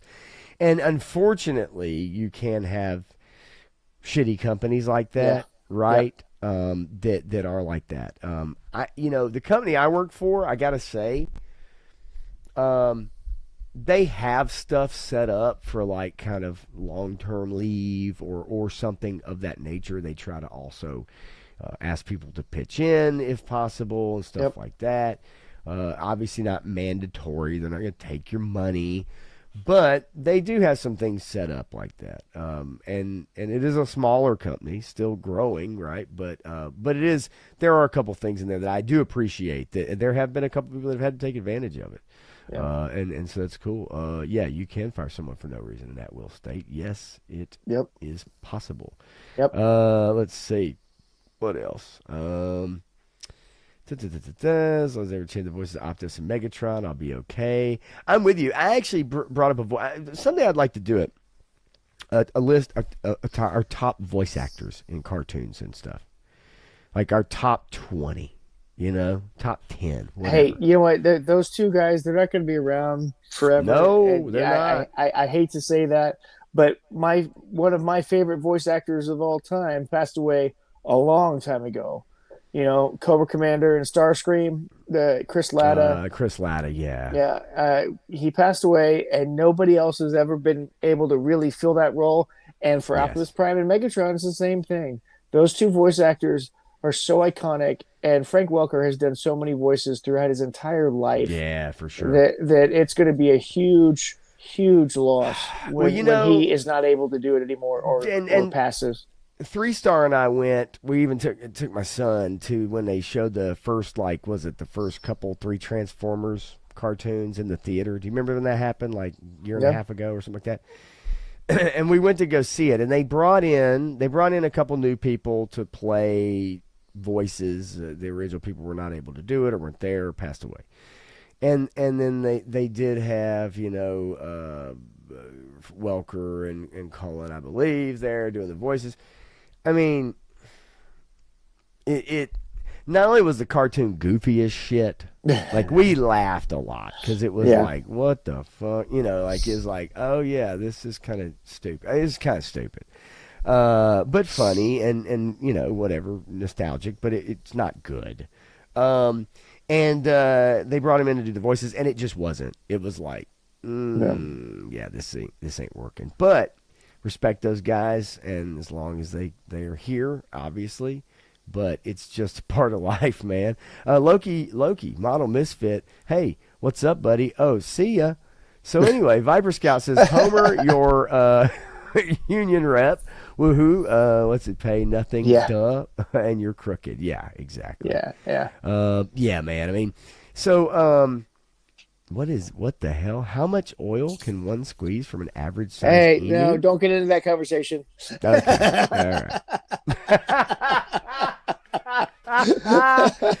Well, anyway, Todd sees that AI will do the voice acting. Well, that's the other part too. Well, that, and you know, only if that actor has created the database, right? Because Yes. you've got a Val Kilmer Yes. database, you've got a Right. James Earl Jones database. You might have a Bruce Willis database. I'm not sure, but a Yes. lot of these people are figuring out, hey, let's create a database, and then so that we could use this in perpetuity or whatever. But then if you do that, then at some point somebody's going to acquire the rights and do all kinds of stuff that you never intended with that. So Yes, I agree. And having messed around with AI a little bit with just thumbnails, really, and kind of some goofy photos, trying to come up with something for really a thumbnail. It is scary. I mean, the Yeah. reality is that you won't be able to tell the difference No, between an actor eventually. and- Yeah. eventually, and it won't take. It really isn't long. It's improving every day. It's sick. yeah. Joe Fan 84. So wait a minute. You got a Switch 2 for your son for Christmas, and you're playing it, getting it out now. Oh, I see what you're doing. No, you look. You can't blame it on new systems. You're playing some games right now, buddy. I know what you're doing. You're like, let me gotta hook it up to the TV and make sure it all works right. And you're busting out some Mario Kart, some Legend of Zelda, Breath of the Wild. I know what's happening right now. He's like, I'm back, guys. I'm back. I got the Switch 2 figured out. Oh, by the way, I'm in the middle of this dungeon. Yeah, I get it. No, I'm messing with you. So I heard that Disney has a new show. I'm just playing. Hook that thing up to the TV. Get it all set up. All right. Christmas is a ways away. Star Wars is 104 days. Yeah, 104 days. So Disney Plus has a new show. It's received near perfect reviews, Matthew. Do you know what it is? Reviews. Something that no one has ever even heard of or seen. What is Near it? perfect. What is this mythical show? It is a new Star Wars show. It's a new Star Wars show. That's right. It's a new Lego Star Wars. There we go. Rebuild the Galaxy. Pieces of the Past. It's a hilarious what if adventure. What if we rebooted the whole thing and had you guys play Lego with it? Oh, shit. Oh, God. Near perfect reviews. Wow. Star Wars Lego. Okay, where's Luke Wilson? Wow. Wow. But what I want to know is it The gayest project. Probably. Probably. September 19th, folks. We're bringing Star Wars fans back into a what-if-like Lego-ized corner of the galaxy far, far away. Do you think this is going to get Star Wars back into the public consciousness? Matthew Matson, speak. No, it never has. Lego's always been one of those ancillary things. Kids watch it and it goes away and nobody cares about it. And the games are fun and the shows are funny. But it's not Star Wars. It's ancillary Star Wars. It's Disney Star Wars. It's some goofy shit. It's not Star Wars. It is a what if Star Wars. Now look, Right. they've already kind of done this already. Yeah. If I remember right, where it's kind of plays off of, different little parts of the OT and stuff like that. I get the Lego part of it, right? You can build whatever, you can make wacky locations and even wackier characters. Pieces of the Past. Oh, is it Will Ferrell's portrayal? Who is the guy that James Lipton? Pieces of the Past is a delight. James Lipton, fuck me. All right.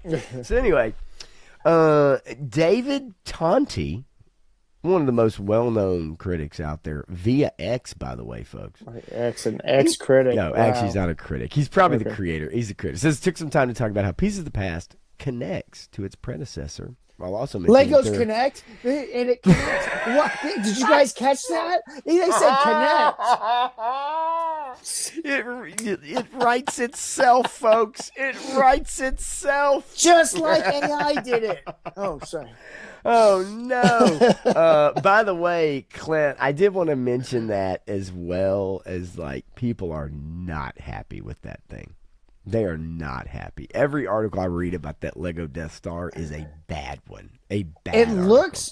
It doesn't look great. I mean, they built it to put on a shelf. I get that.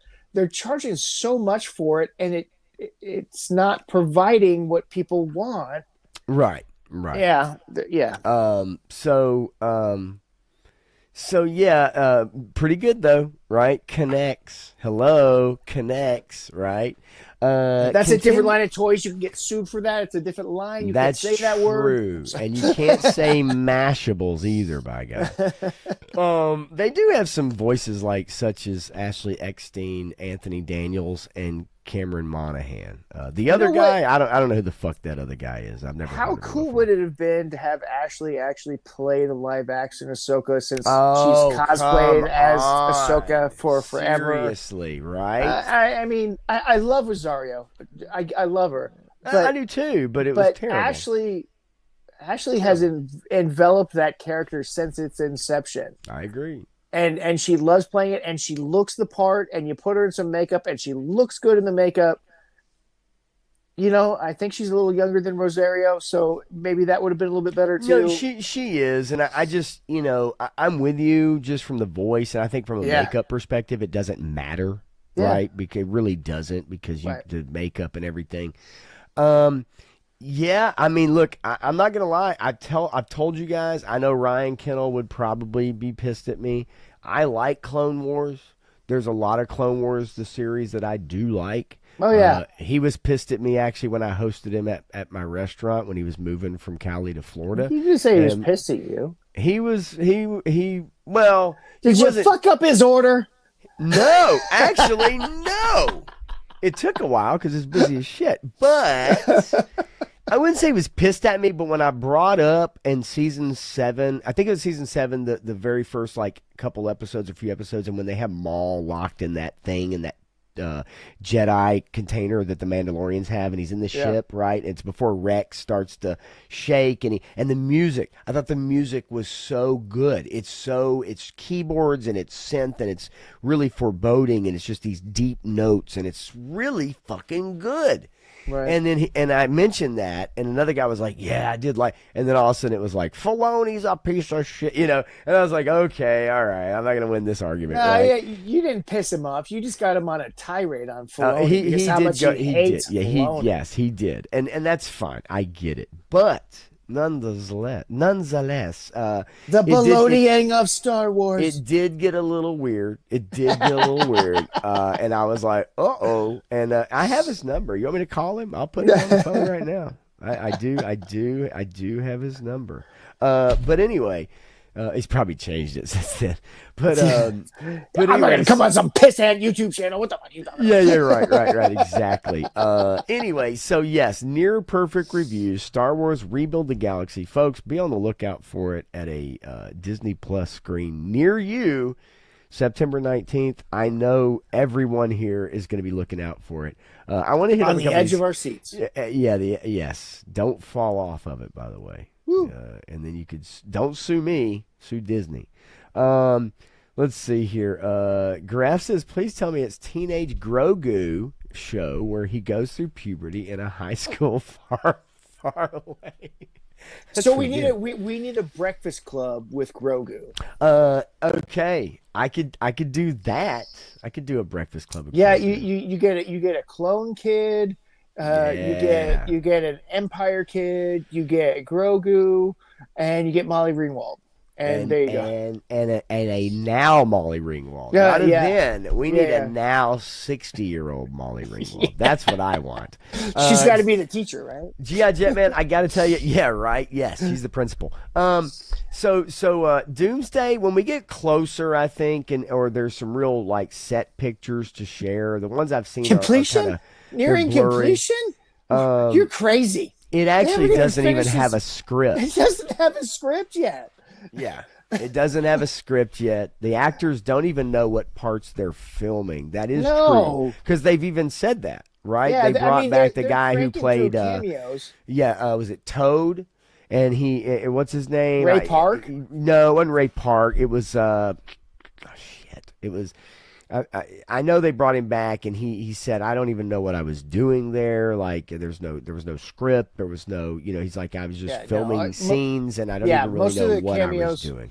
Yeah, most of the cameos, they have no idea what the heck's going on. Yeah, They're just showing up on set. They're putting him in costume and makeup. They're shooting some pictures, and then they're letting them go. Now, these are going to be nothing burgers. I think once it starts to take shape, and we start to maybe get some trailers, we start to get, then it's kind of, I think, newsworthy. But right now, like, the only set photos I've seen have kind of blurry of, Dr. Doom. Yeah, you've seen a couple of Robert in part of costume and with the dots on his face. So basically, they're going to CGI the. But I mean, that doesn't tell me much, right? Nothing of interest. Nothing like they're actually getting into majority of filming, because they don't even have a script. Now, that doesn't stop them. Once it starts taking shape, and everything, then I definitely am because obviously that is kind of the big kickoff, right, for whatever they're going to do in Secret Wars and whatever. But until we get more information, there's just not much meat on that bone, really. Yeah, G.I. Jet, man, you got to stop paying attention to Facebook feed stuff. I mean, seriously. Yes, 100%. Seriously. Den of Nerds every day is like, it's literally what is the latest, like, rumor on that. I can't cover that hardcore. Yeah, if you're following the Facebook feeds, it's as good as following Mike Zero. I mean, well, and Mike fucking Zero. And that guy had a flash drive from 2004 that has everything on it. Everything ever.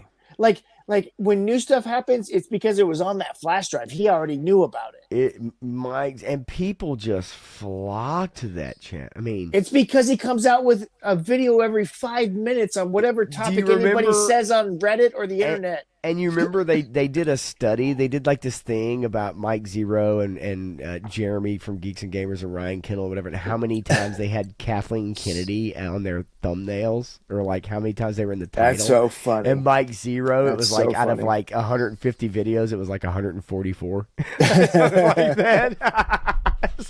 Kathleen Kennedy has left Lucasfilm. Yep. Monday's her last day, folks. Monday's her last day until the next Monday. She took a vacation and is going to the Cayman Islands. JoeFan84, listen, I promise you, I'm not going to tell your son that you got it. But the problem is if he's watching this show with you, then that's going to, but it might be an issue. At least this episode anyway. I'm not going to tell him. I promise you I'm not going to tell him. And if you don't tell him, I won't tell him. How about that? Let's make that deal. I don't know how I can tell your son that you got to switch too. Don't put me in contact with him. I'll tell on you. No, I'm kidding. Yeah, Joe, I did. He get switched. No, go ahead. Sorry. Yeah, I don't know about the new Hellboy. I don't even know if that's true. I don't know if Guillermo and Perlman are coming back to make another one. That doesn't even make sense to me. But if they do, it'll be better than the other stuff that they've been making, most likely. Yes, for sure. And then let's see here. War Chest, the Lego movies are pretty darn good. I got to tell you, they're entertaining. The Lego movie was pretty funny for sure. Batman in there, and I mean that's pretty good stuff. Yeah, you've got the Lego movie, the Lego everything movie 2, is awesome. And then you've got Lego Batman, and then you have all the little 20-minute specials or whatever, the Ninjago, there are some all those other ones.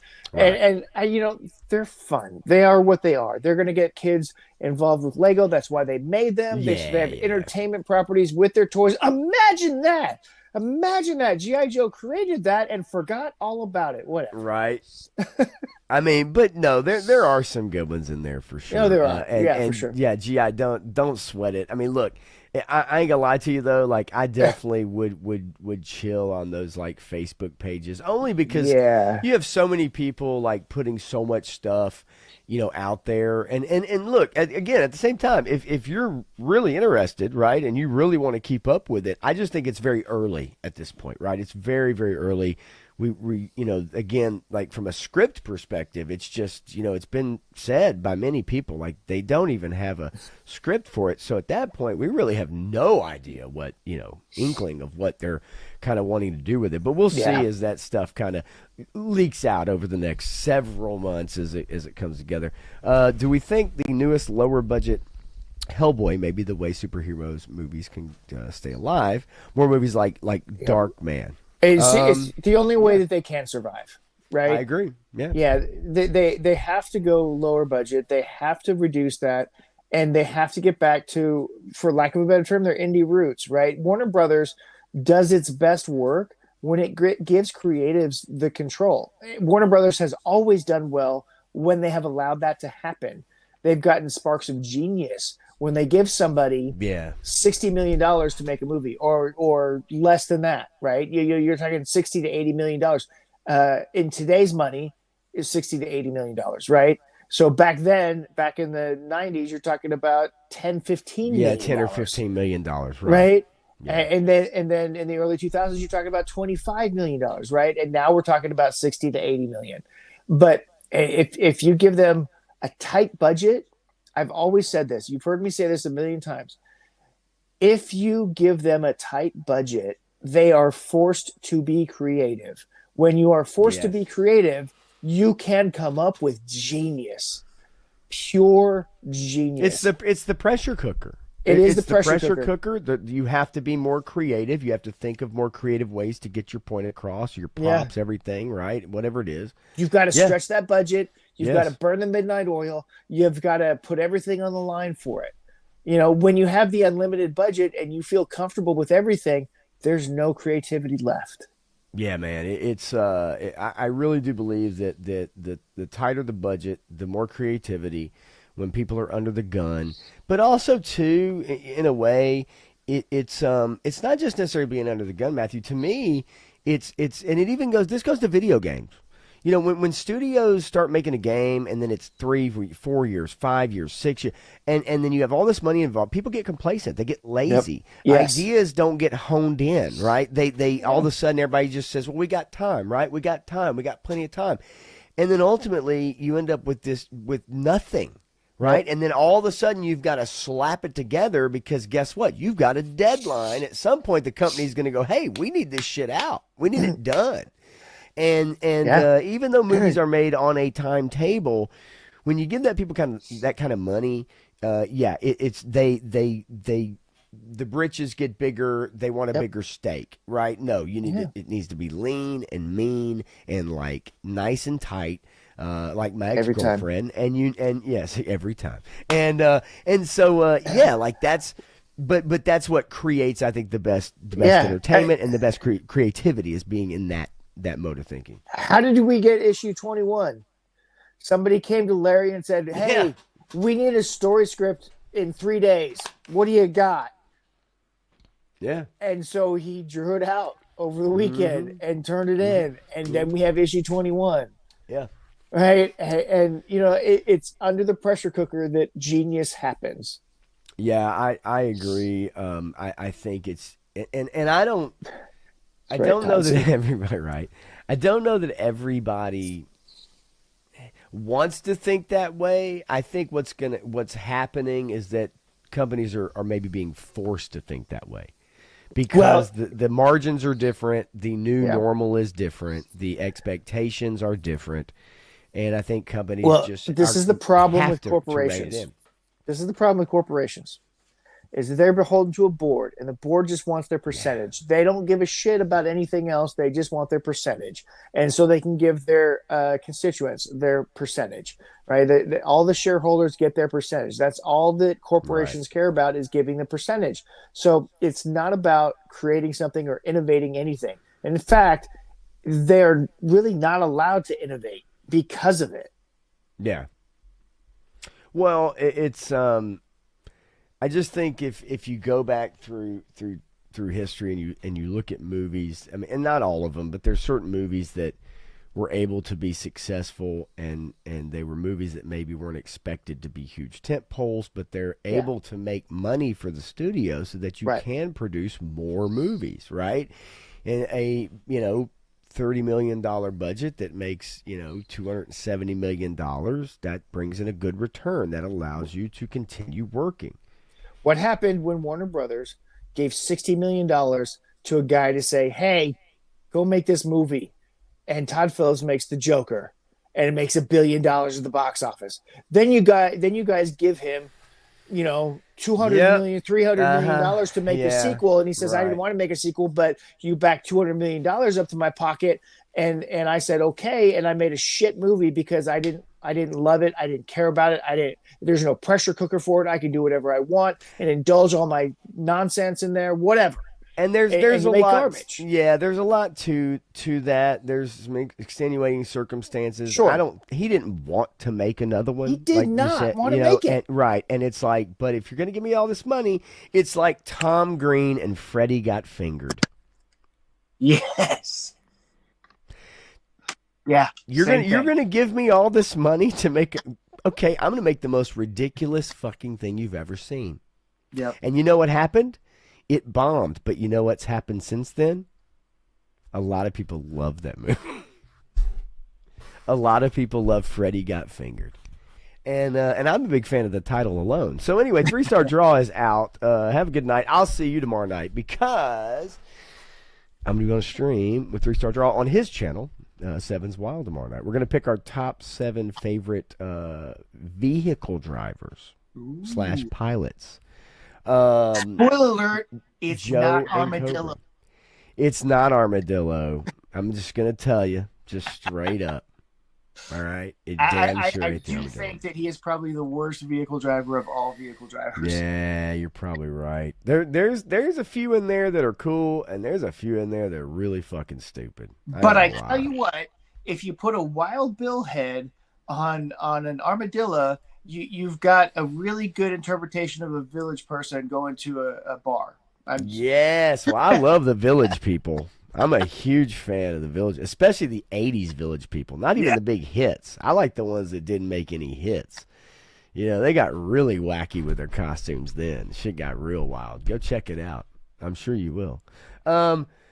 Yeah, G.I. Jet, man, look, hey, you don't have to just stick to us. I mean, look, you follow whoever you want to follow, right? If you're interested, man, then dig in. You know, I'd never tell you I don't. But I just think some of those pages can get, like, a little monotonous and redundant, right, after a while. And I'm not saying that doesn't happen with everything. But ultimately, you know, it's like if you're really interested in something and it really flips your switches, man, then fucking go all in. You know? Yeah, I mean, really. Yeah, who cares? Just for your own benefit, double check it. Go check it at the store. Yeah, double check it. Double check the sources, all that kind of stuff. Don't automatically believe that that's true. Everything needs verification these days because there's so much fake stuff out there, AI stuff. Yeah. Just nonsense to create clicks. They want you to click on the article because they get money for it. Well, yes. Now that's something that I forget to bring up often, but it's like, you know, you're right. There's also that major factor of, you know, click on me, right? Because I'm you know, ad revenue and other things. And look, it's all part of the game, right? I mean, it's all part of it. But again, I just, you know, it's definitely double check. Always a great way to check, make sure these people aren't just making shit up, right? Yep. War Chest, the last Hellboy was dog shit. I agree. Although I like David Harbour. I like. No. There's one after David Harbour. Oh shit. The Crooked Man. Wait, what? Yeah. So the one after David Harbour was actually a better story, but it wasn't well acted. But yeah, no, there was another Hellboy after that. I believe it was Hellboy the Crooked Man, right? Is it animated? No, it's live action. Hang on. It was streaming. Oh shit, you're right. I forgot all about that. So Worcester, are you talking about the Crooked Man or are you talking about the David Harbour. And people are bitching again about what? That's what I want to know. They're always bitching about something. Sure. Me too. You know, Daddy. I don't know. The Crooked Man, I thought actually had some good Hellboy elements in it, but it wasn't Okay. acted. But it was more entertaining than the Harbor movie. Damn you, Todd C. Damn you, Viper Scout. Yeah, skid mark number 1. Yeah, for sure. They're definitely better than Armadillo. Yes, 100%. 3 stars still sticking. He's Tollbooth's badass. Get out of here. Let's see. Hey, wait a minute. Skid Mark is here. And if he's not on that list, he's going to be pissed. I don't blame you, Skid Mark. Son of a bitch. How dare me? How dare me? He's running. How dare I? Holy shit. Tollbooth greater than Frostbite? That's interesting. And Duran is neither Duran. Now discuss. Okay. War Chest. Wow. So Skid Mark's account was created on June 16th. So yeah. Okay. Oh wow. So okay. Well, I'll rock and roll, baby. Speaking of rock and roll. Anyway, I'm pretty sure the Wild Bill figure is really Robin Williams from Night at the Museum. Looks pretty good. Turk is back. Had a call. I'm glad you're back, Turk. Let's see. Warchester says, yeah, talk about Crooked Man. Okay. Yeah. Yeah, I get it. And let's see. Oh, people are pissed about people being left out in memoriam. It always happens, right? It always happens. It's inevitable. There's people that get left out, and depending on said politics of those people, they may very well get left out. I don't know. It's probably happened in the past. I don't know. Maybe not. But someone inevitably always gets left out, right? And they think maybe their contributions aren't as great as everybody would maybe like to think they are, or whatever. Ronnie, I get it, right? And also Asian women. Yeah, I said it. She's got all the trick shots for you. That's what I hear. Okay, so look, the topic, folks, because the vehicle driver topic, that's tomorrow night. It's for another show. So in light of kind of recent events, and we're not going to go into them, for me, I kind of had the question of escapism, right? And escapism, we've talked about it before. It's the ability to get away from the real world. It's the ability to go into a dark theater or at home and just turn your brain off, right? Or even something, and Joe Fam, we'll see you. We'll see you tomorrow night, buddy. Have a good night, man. Thanks for hanging out. And get that Switch 2 put back in the box, damn it, and put the tape back on it.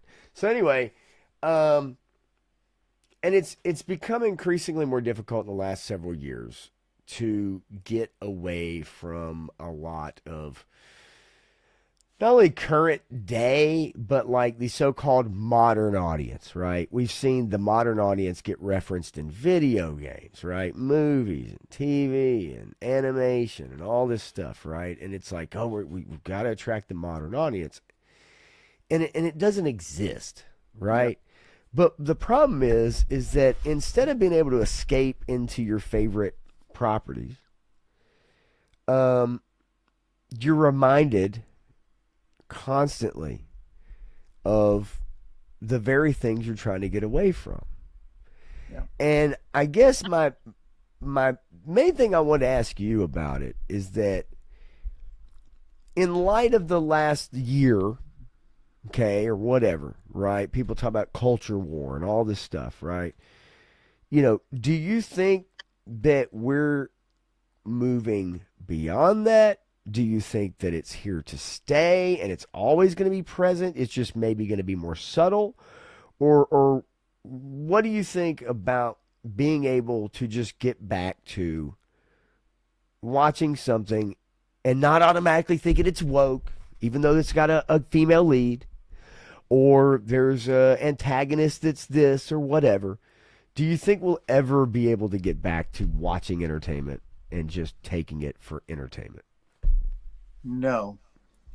Unfortunately not. That bubble has been burst. Okay. There has always been agenda. There has always been things in our storytelling that were narratively important to the people creating it, and they wanted to tell a story, but at the time, they also knew that they were creating art, so they had to disguise their storytelling in many ways. And you can look at the homoerotic innuendo in a Sunbow cartoon called G.I. Joe, right? You can look at the anti-corporate themes of, Aliens, and you can look at all this stuff that is in our media, and it's everywhere in our media. Always has been, always will be.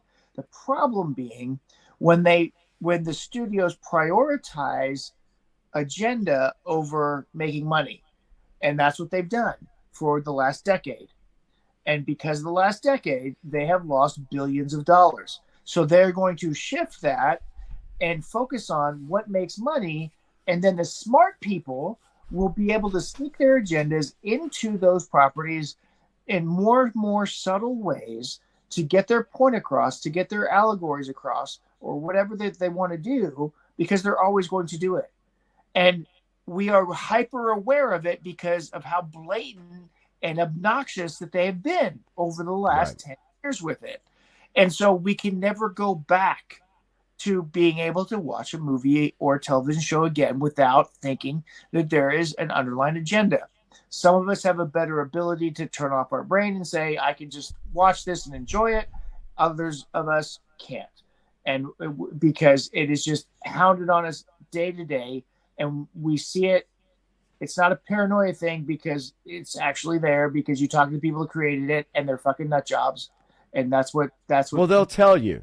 They'll definitely tell you. And so that's the other thing. You got to listen to what people tell you, because what people tell you about themselves is true. You just have to listen and pay attention and see what they're really saying. Right? I think they've also lost the ability to trust the audience.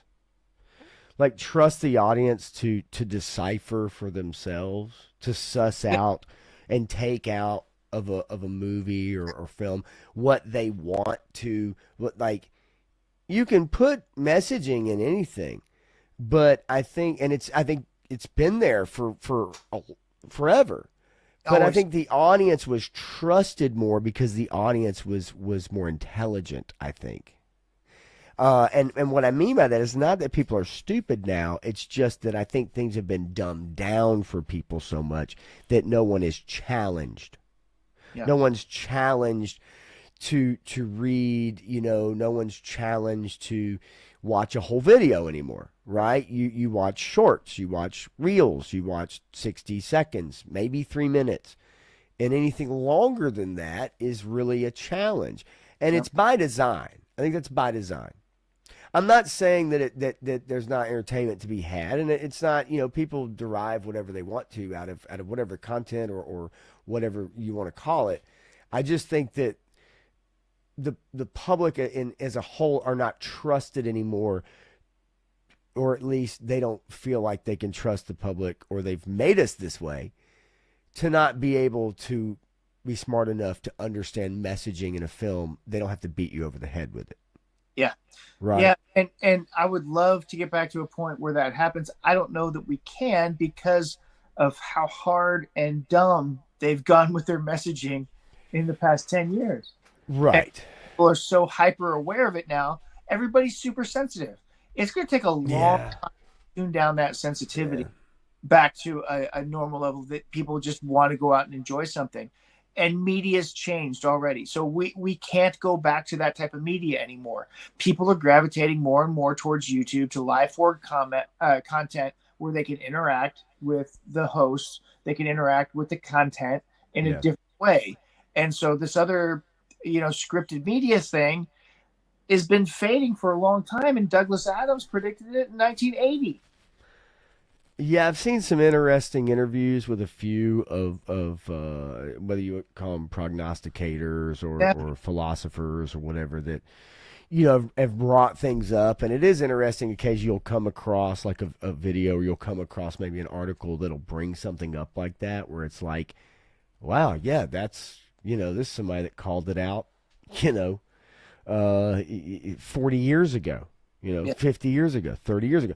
Some of that may be through just natural progression, where if you think things through, right, there are very smart people out there. That is the basis for all science fiction. So if you go back to right. end of actual science fiction, that's what they were doing from Mary Shelley's Frankenstein on forward, right? They were predicting all this stuff. They were seeing the horrors of what the future could possibly bring and to warn us about things. And apparently everybody loves Orwell, but never paid attention to what he actually. Yeah, it's kind of funny that everybody always references, right? And yet it's like no one really takes any of that seriously in a way, which, I mean, look, some of it you truly can just, like go too far, right? Like you still have life and you still, but I guess when it comes to us and our entertainment, whether it's through video games, right? Whether it's through YouTube or whether it's through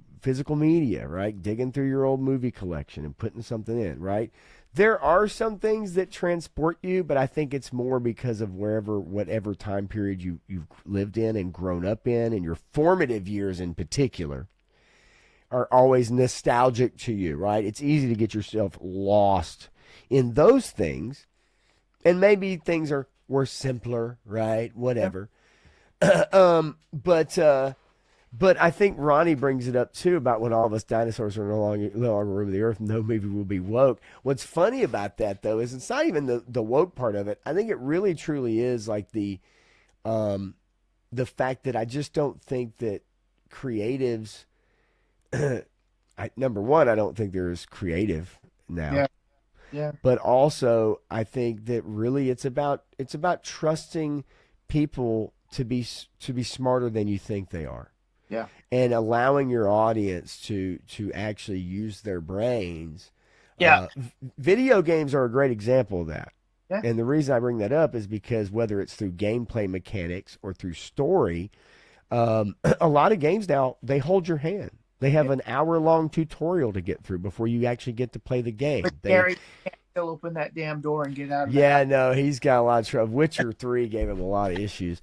But like, there's yellow paint everywhere you're supposed to grab a ledge, right? They have lighting to direct you to go that location. There's a broken light that flickers. It's like, oh, I got to go that way, right? It's like they don't trust the player enough to figure it out. And yes, some shit's hard.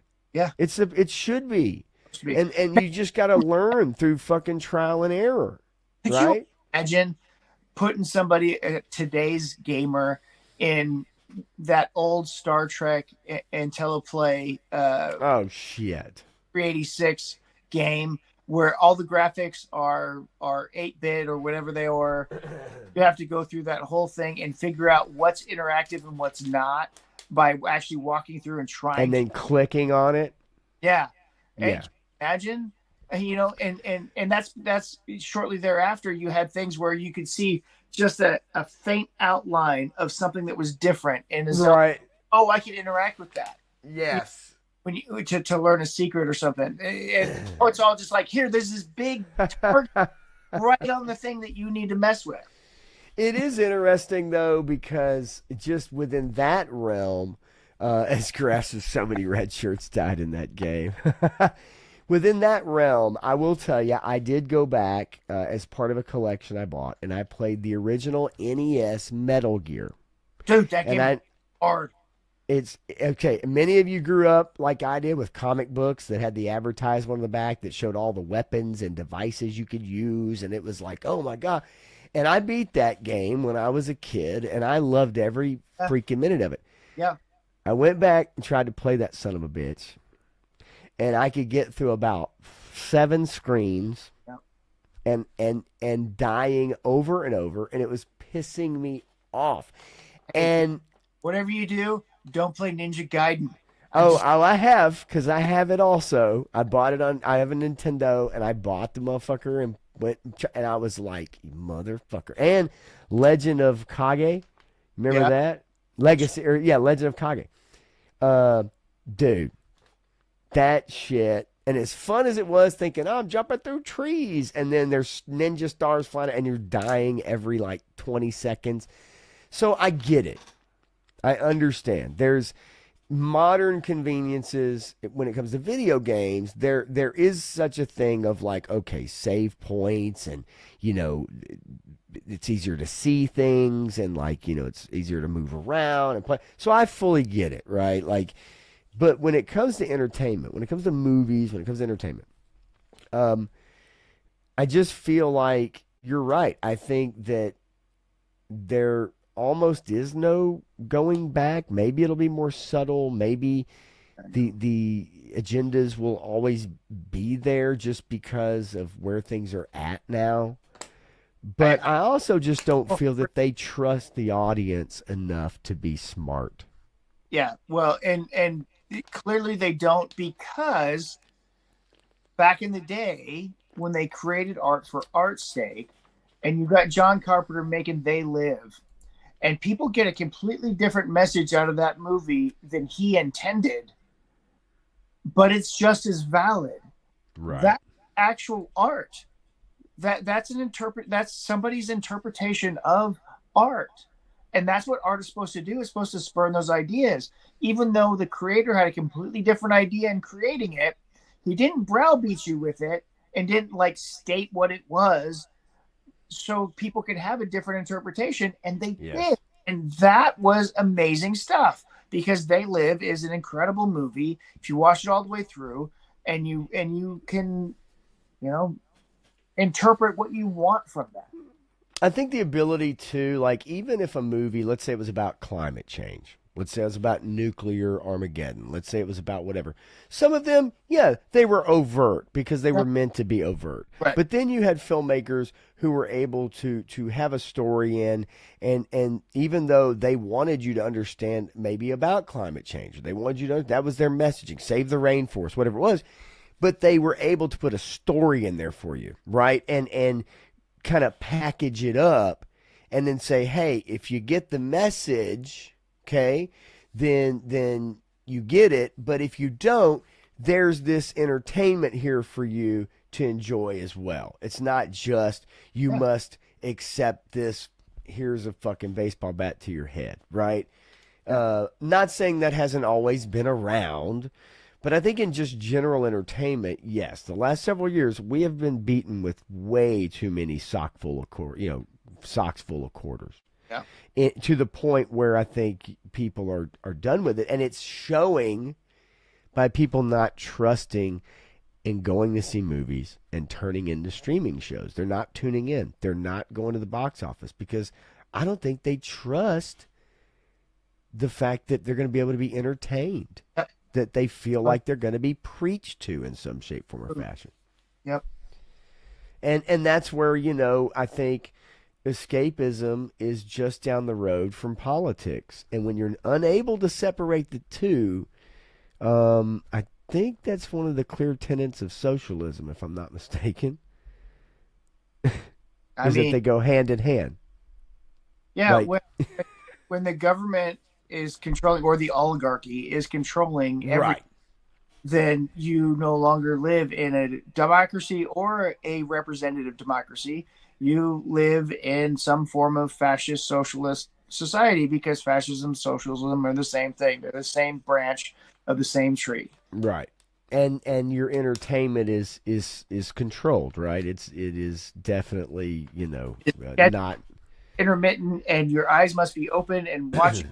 They're watching you while you're watching it. Right. So yeah, I don't know. I hope we're able to start to kind of separate and just even just comedies, we're seeing a bit of that. Can we laugh at our neighbor again? Can we laugh at ourselves again? Right.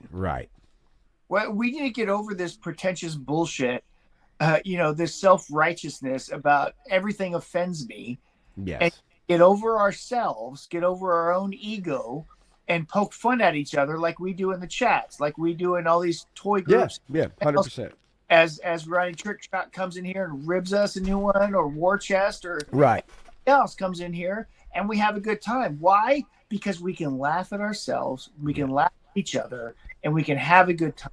Because that's where comedy comes from. If we're not allowed to have comedy, then our society's over. And I think that's what normal, everyday people do.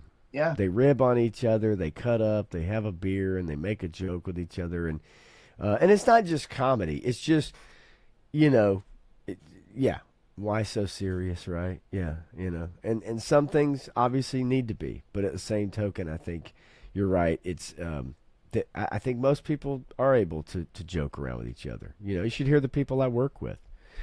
Very multicultural group, I can tell you that. But everybody's cutting up on each other and joking around and making this joke and that joke, and nobody cares, That's representative of the majority. It seems that who's been in charge of our entertainment has not been along those lines. And I think that would be nice to get back to. A representative of what most people actually are, and not a very narrow group. Absolutely. War Chest says Pee Wee went into Dark Theater. Yes, he did, actually, and it cost him his career. Menjoza, could you imagine the fever dream that would be a Terry Gilliam superhero movie? I don't know about now. Yeah, I don't know if I want to think that. Terry Gilliam's got some really cool ideas and weird stuff, but him doing superheroes, man, that'd be weird. Interesting. James Gunn movies are made for people who eat those Dippin' Dots things in the mall, and also like dumb shit like Queen Latifah as the Equalizer. Yes! Truer words have never been spoken, my friend. Dippin' Dots suck, and Queen Latifah as Equalizer? Get out of town.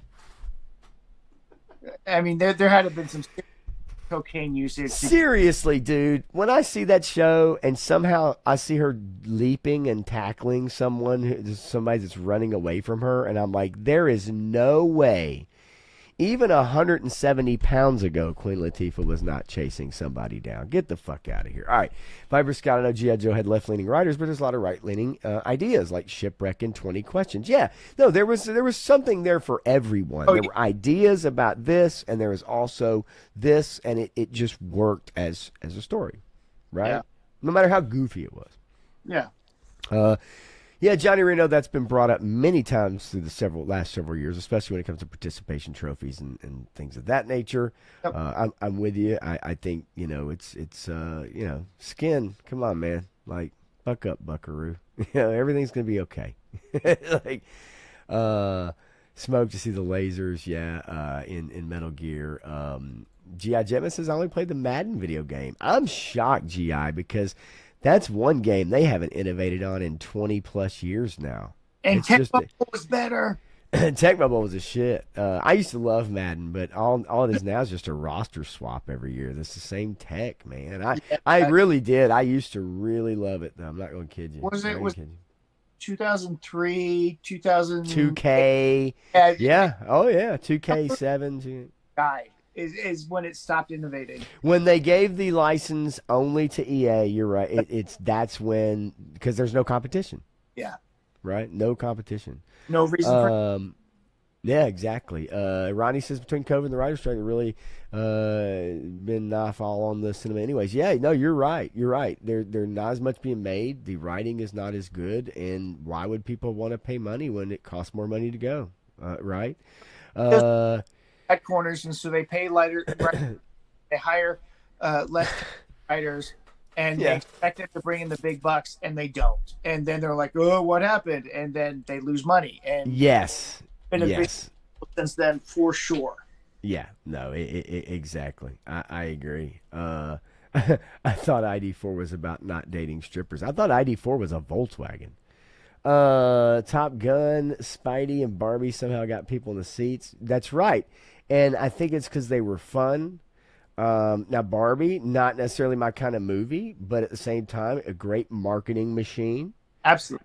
And for a lot of people, a lot of nostalgia bait, right? Well, Spidey brought Barbenheimer became a thing, right? You go see Oppenheimer, and then you go see Barbie, and that became right. Yeah, the Barbenheimer. G.I. Gentmas is like the good old comedian. John Candy, John Belushi, Chris Farley, Steve Martin, Bill Murray, many others. Yeah, comedy, definitely not what it used to be. And who's going to take their place? Who knows, right? I mean, who's going to take their place? When comedians are allowed to be comedians, then you will have someone take their place. Now that they have to walk on eggshells, still, even though people tell you that's not the truth, there's only a couple guys that are able to get away with it, and that's because they've already made their money. When you've already made your money, you can pretty much get away with doing whatever the hell you want. Well, but then who's the new blood, right? Right. Well, yeah, until they're able to be comedians, who is the new blood? Yeah, well, but here's the thing. I mean, when most of these comedians started out, they were controversial, though. They were controversial. They were Drew Dice. Right. That's Dennis true. Murray, they were Dennis You're Miller. Right. Edgy. Yeah, you're right. You're right. Rock, Dave Chappelle. When people that don't give a shit. They don't give a shit. And when they're asked questions on the red carpet, they still don't give a shit, right? Yeah. Yeah, no. Hey, Dippin' Dots might have been the reason Queen Latifah was able to jump on chasing those guys at the mall. You know what I mean? And it could have been that they had the Dippin' Dots and she was trying to get to them. Holy shit.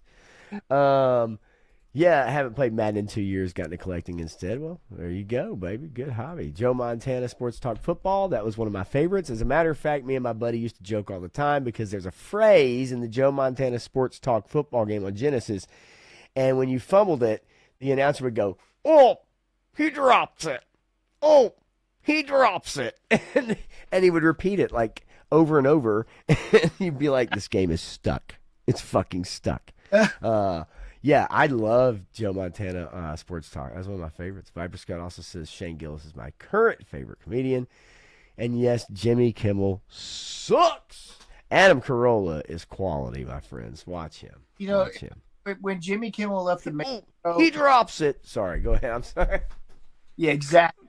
Kimmel left the man show. He left the man show because he became the most unfunny motherfucker that there was after that.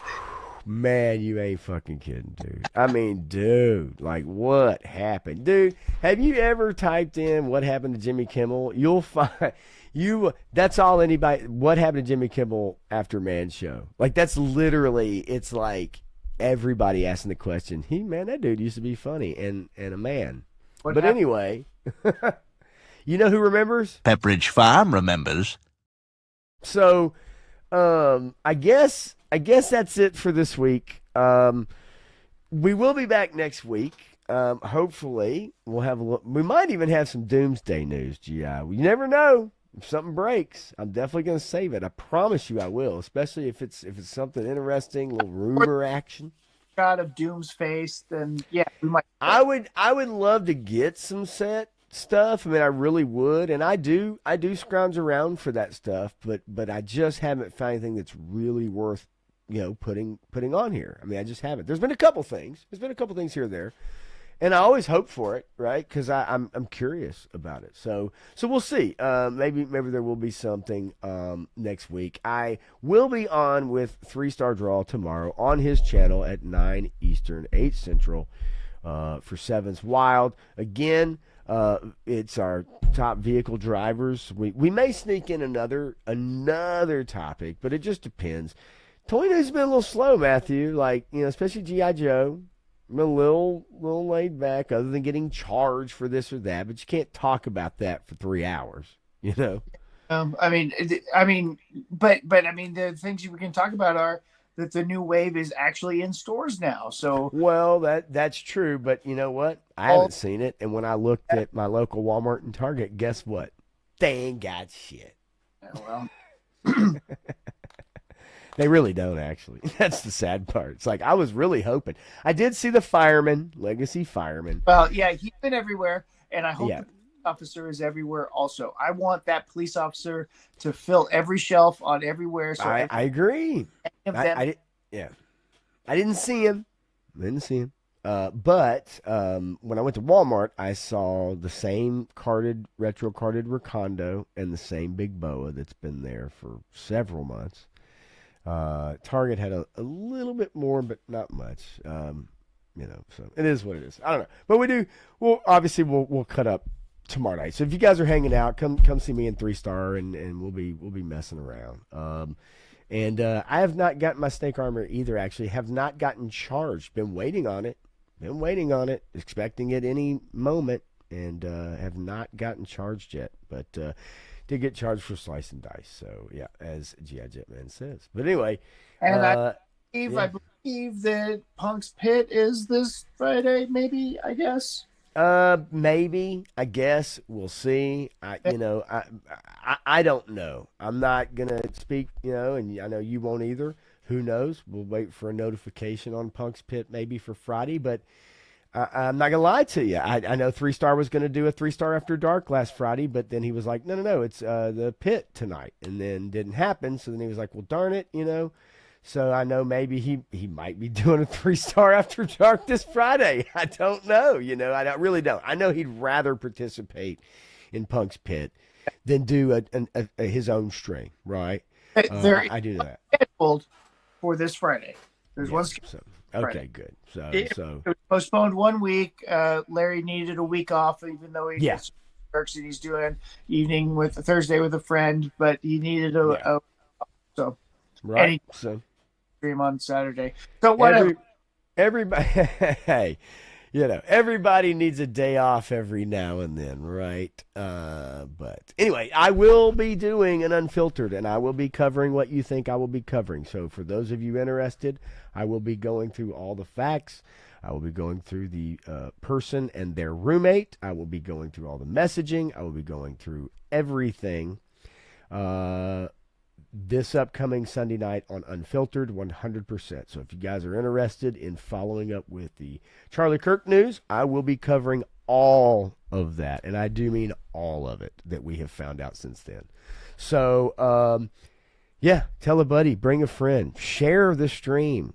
If there's somebody you think is interested, bring them along. Tell them to show up. I do find it interesting, and I can't wait to talk about it Sunday night with you guys. So, and I will be. But otherwise, man, look, that's been another evening blend. Always a pleasure, Matthew, of course. Hopefully we'll dig up and get some more news and just cut up, man. I like hanging out anyway. Fun regardless. So, quality. Both of them, quality. Let's see. There we go. Booyah. Yeah, put them up one more time. Put your dukes up. Put your bloods up one more time. Wait a minute. That means something else altogether. Get your crips up there. But yeah, man. Colors on this wash on this guy is pretty cool. I wasn't planning on getting him, but he was at the store today, so whatever. I see. And you saw him and you went, son of a bitch. Well, so my deal about most of this wave, but I snuck it in. I said if I saw him in the store, I would pick him up. Except for Monkey Wrench and Cobra Commander, because that Battle Armor Cobra Commander was one that I was like, okay, there's enough to do with this version that I want to get him.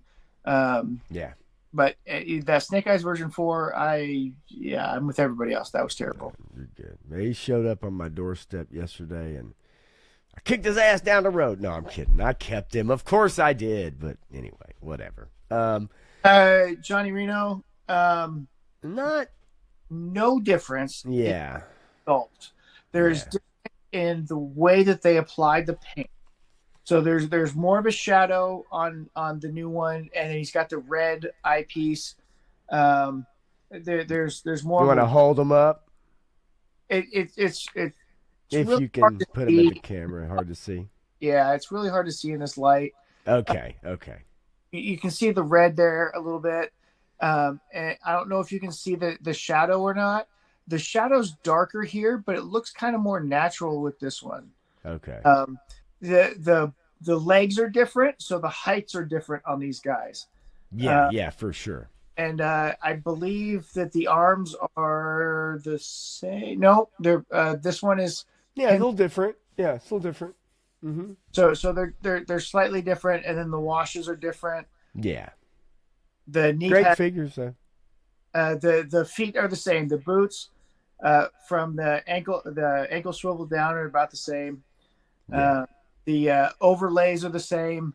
This one has the Mars logo on it. This one does not, but it has the green patch from the original figure on this side. Yeah. There's a bunch to love on both of those guys. I agree. I have both of them. I love them. That first one was one of my first 2 figures, and I love the new one. I think he's fantastic. Yeah. Absolutely. Yeah. Well, like I said, I guess we'll see you guys next Tuesday, and I'll see you Wednesday night and Sunday night. So, and Matthew, I know, obviously, from a photography standpoint, I know what Friday. Right? Friday is. You got anything coming out on Friday in Oh particular? yeah, hey, I've always got something. That's what I figured. Yeah. So I think Friday is kind of. I've been going back and forth with some vehicle stuff. If you've been following me, then you would have seen some comic book photo stuff that I've been doing. Let's see. Tomorrow I've got an animation of the God of Flame, which looks like the Transformer Jetfire escaping a black. Oh yeah. That's looking great. Yeah, so he's escaping a black hole. Then I've got a comic book cover of Cobra Commander, Serpentor, and the Baroness, all head facing. And Friday, I've got the Enterprise. My Playmobil Enterprise is escaping a black hole. Buddy of mine put out a new black hole background that I decided to take advantage of. I've got some more Savage Crucible stuff coming on Saturday. Sunday, I've got a couple of G.I. Joe posts coming, and then starting the week over again. Wednesdays and Sundays are my big G.I. Joe posts with my collab groups, but I post stuff every day. Sweet. As always. It's I know how you do it, dude. Well, all right. Shoot. Let's get out of here, man. Yeah, there you go. Don't even worry about it, GI, whether they're good or not or whatever, man. Put them up there. The only way they get better is if you put them out there and let people look at them, right? And you kind of figure it out. That's how it is. All right, well, we'll see you next week. I'll see you guys tomorrow night on 3 Star Draws channel and Sunday night. If for those that are interested, please drop by and I'll post the reminder out there. Until then, we'll catch you guys next week, man. Have a great night. Thanks, y'all, very much. See you.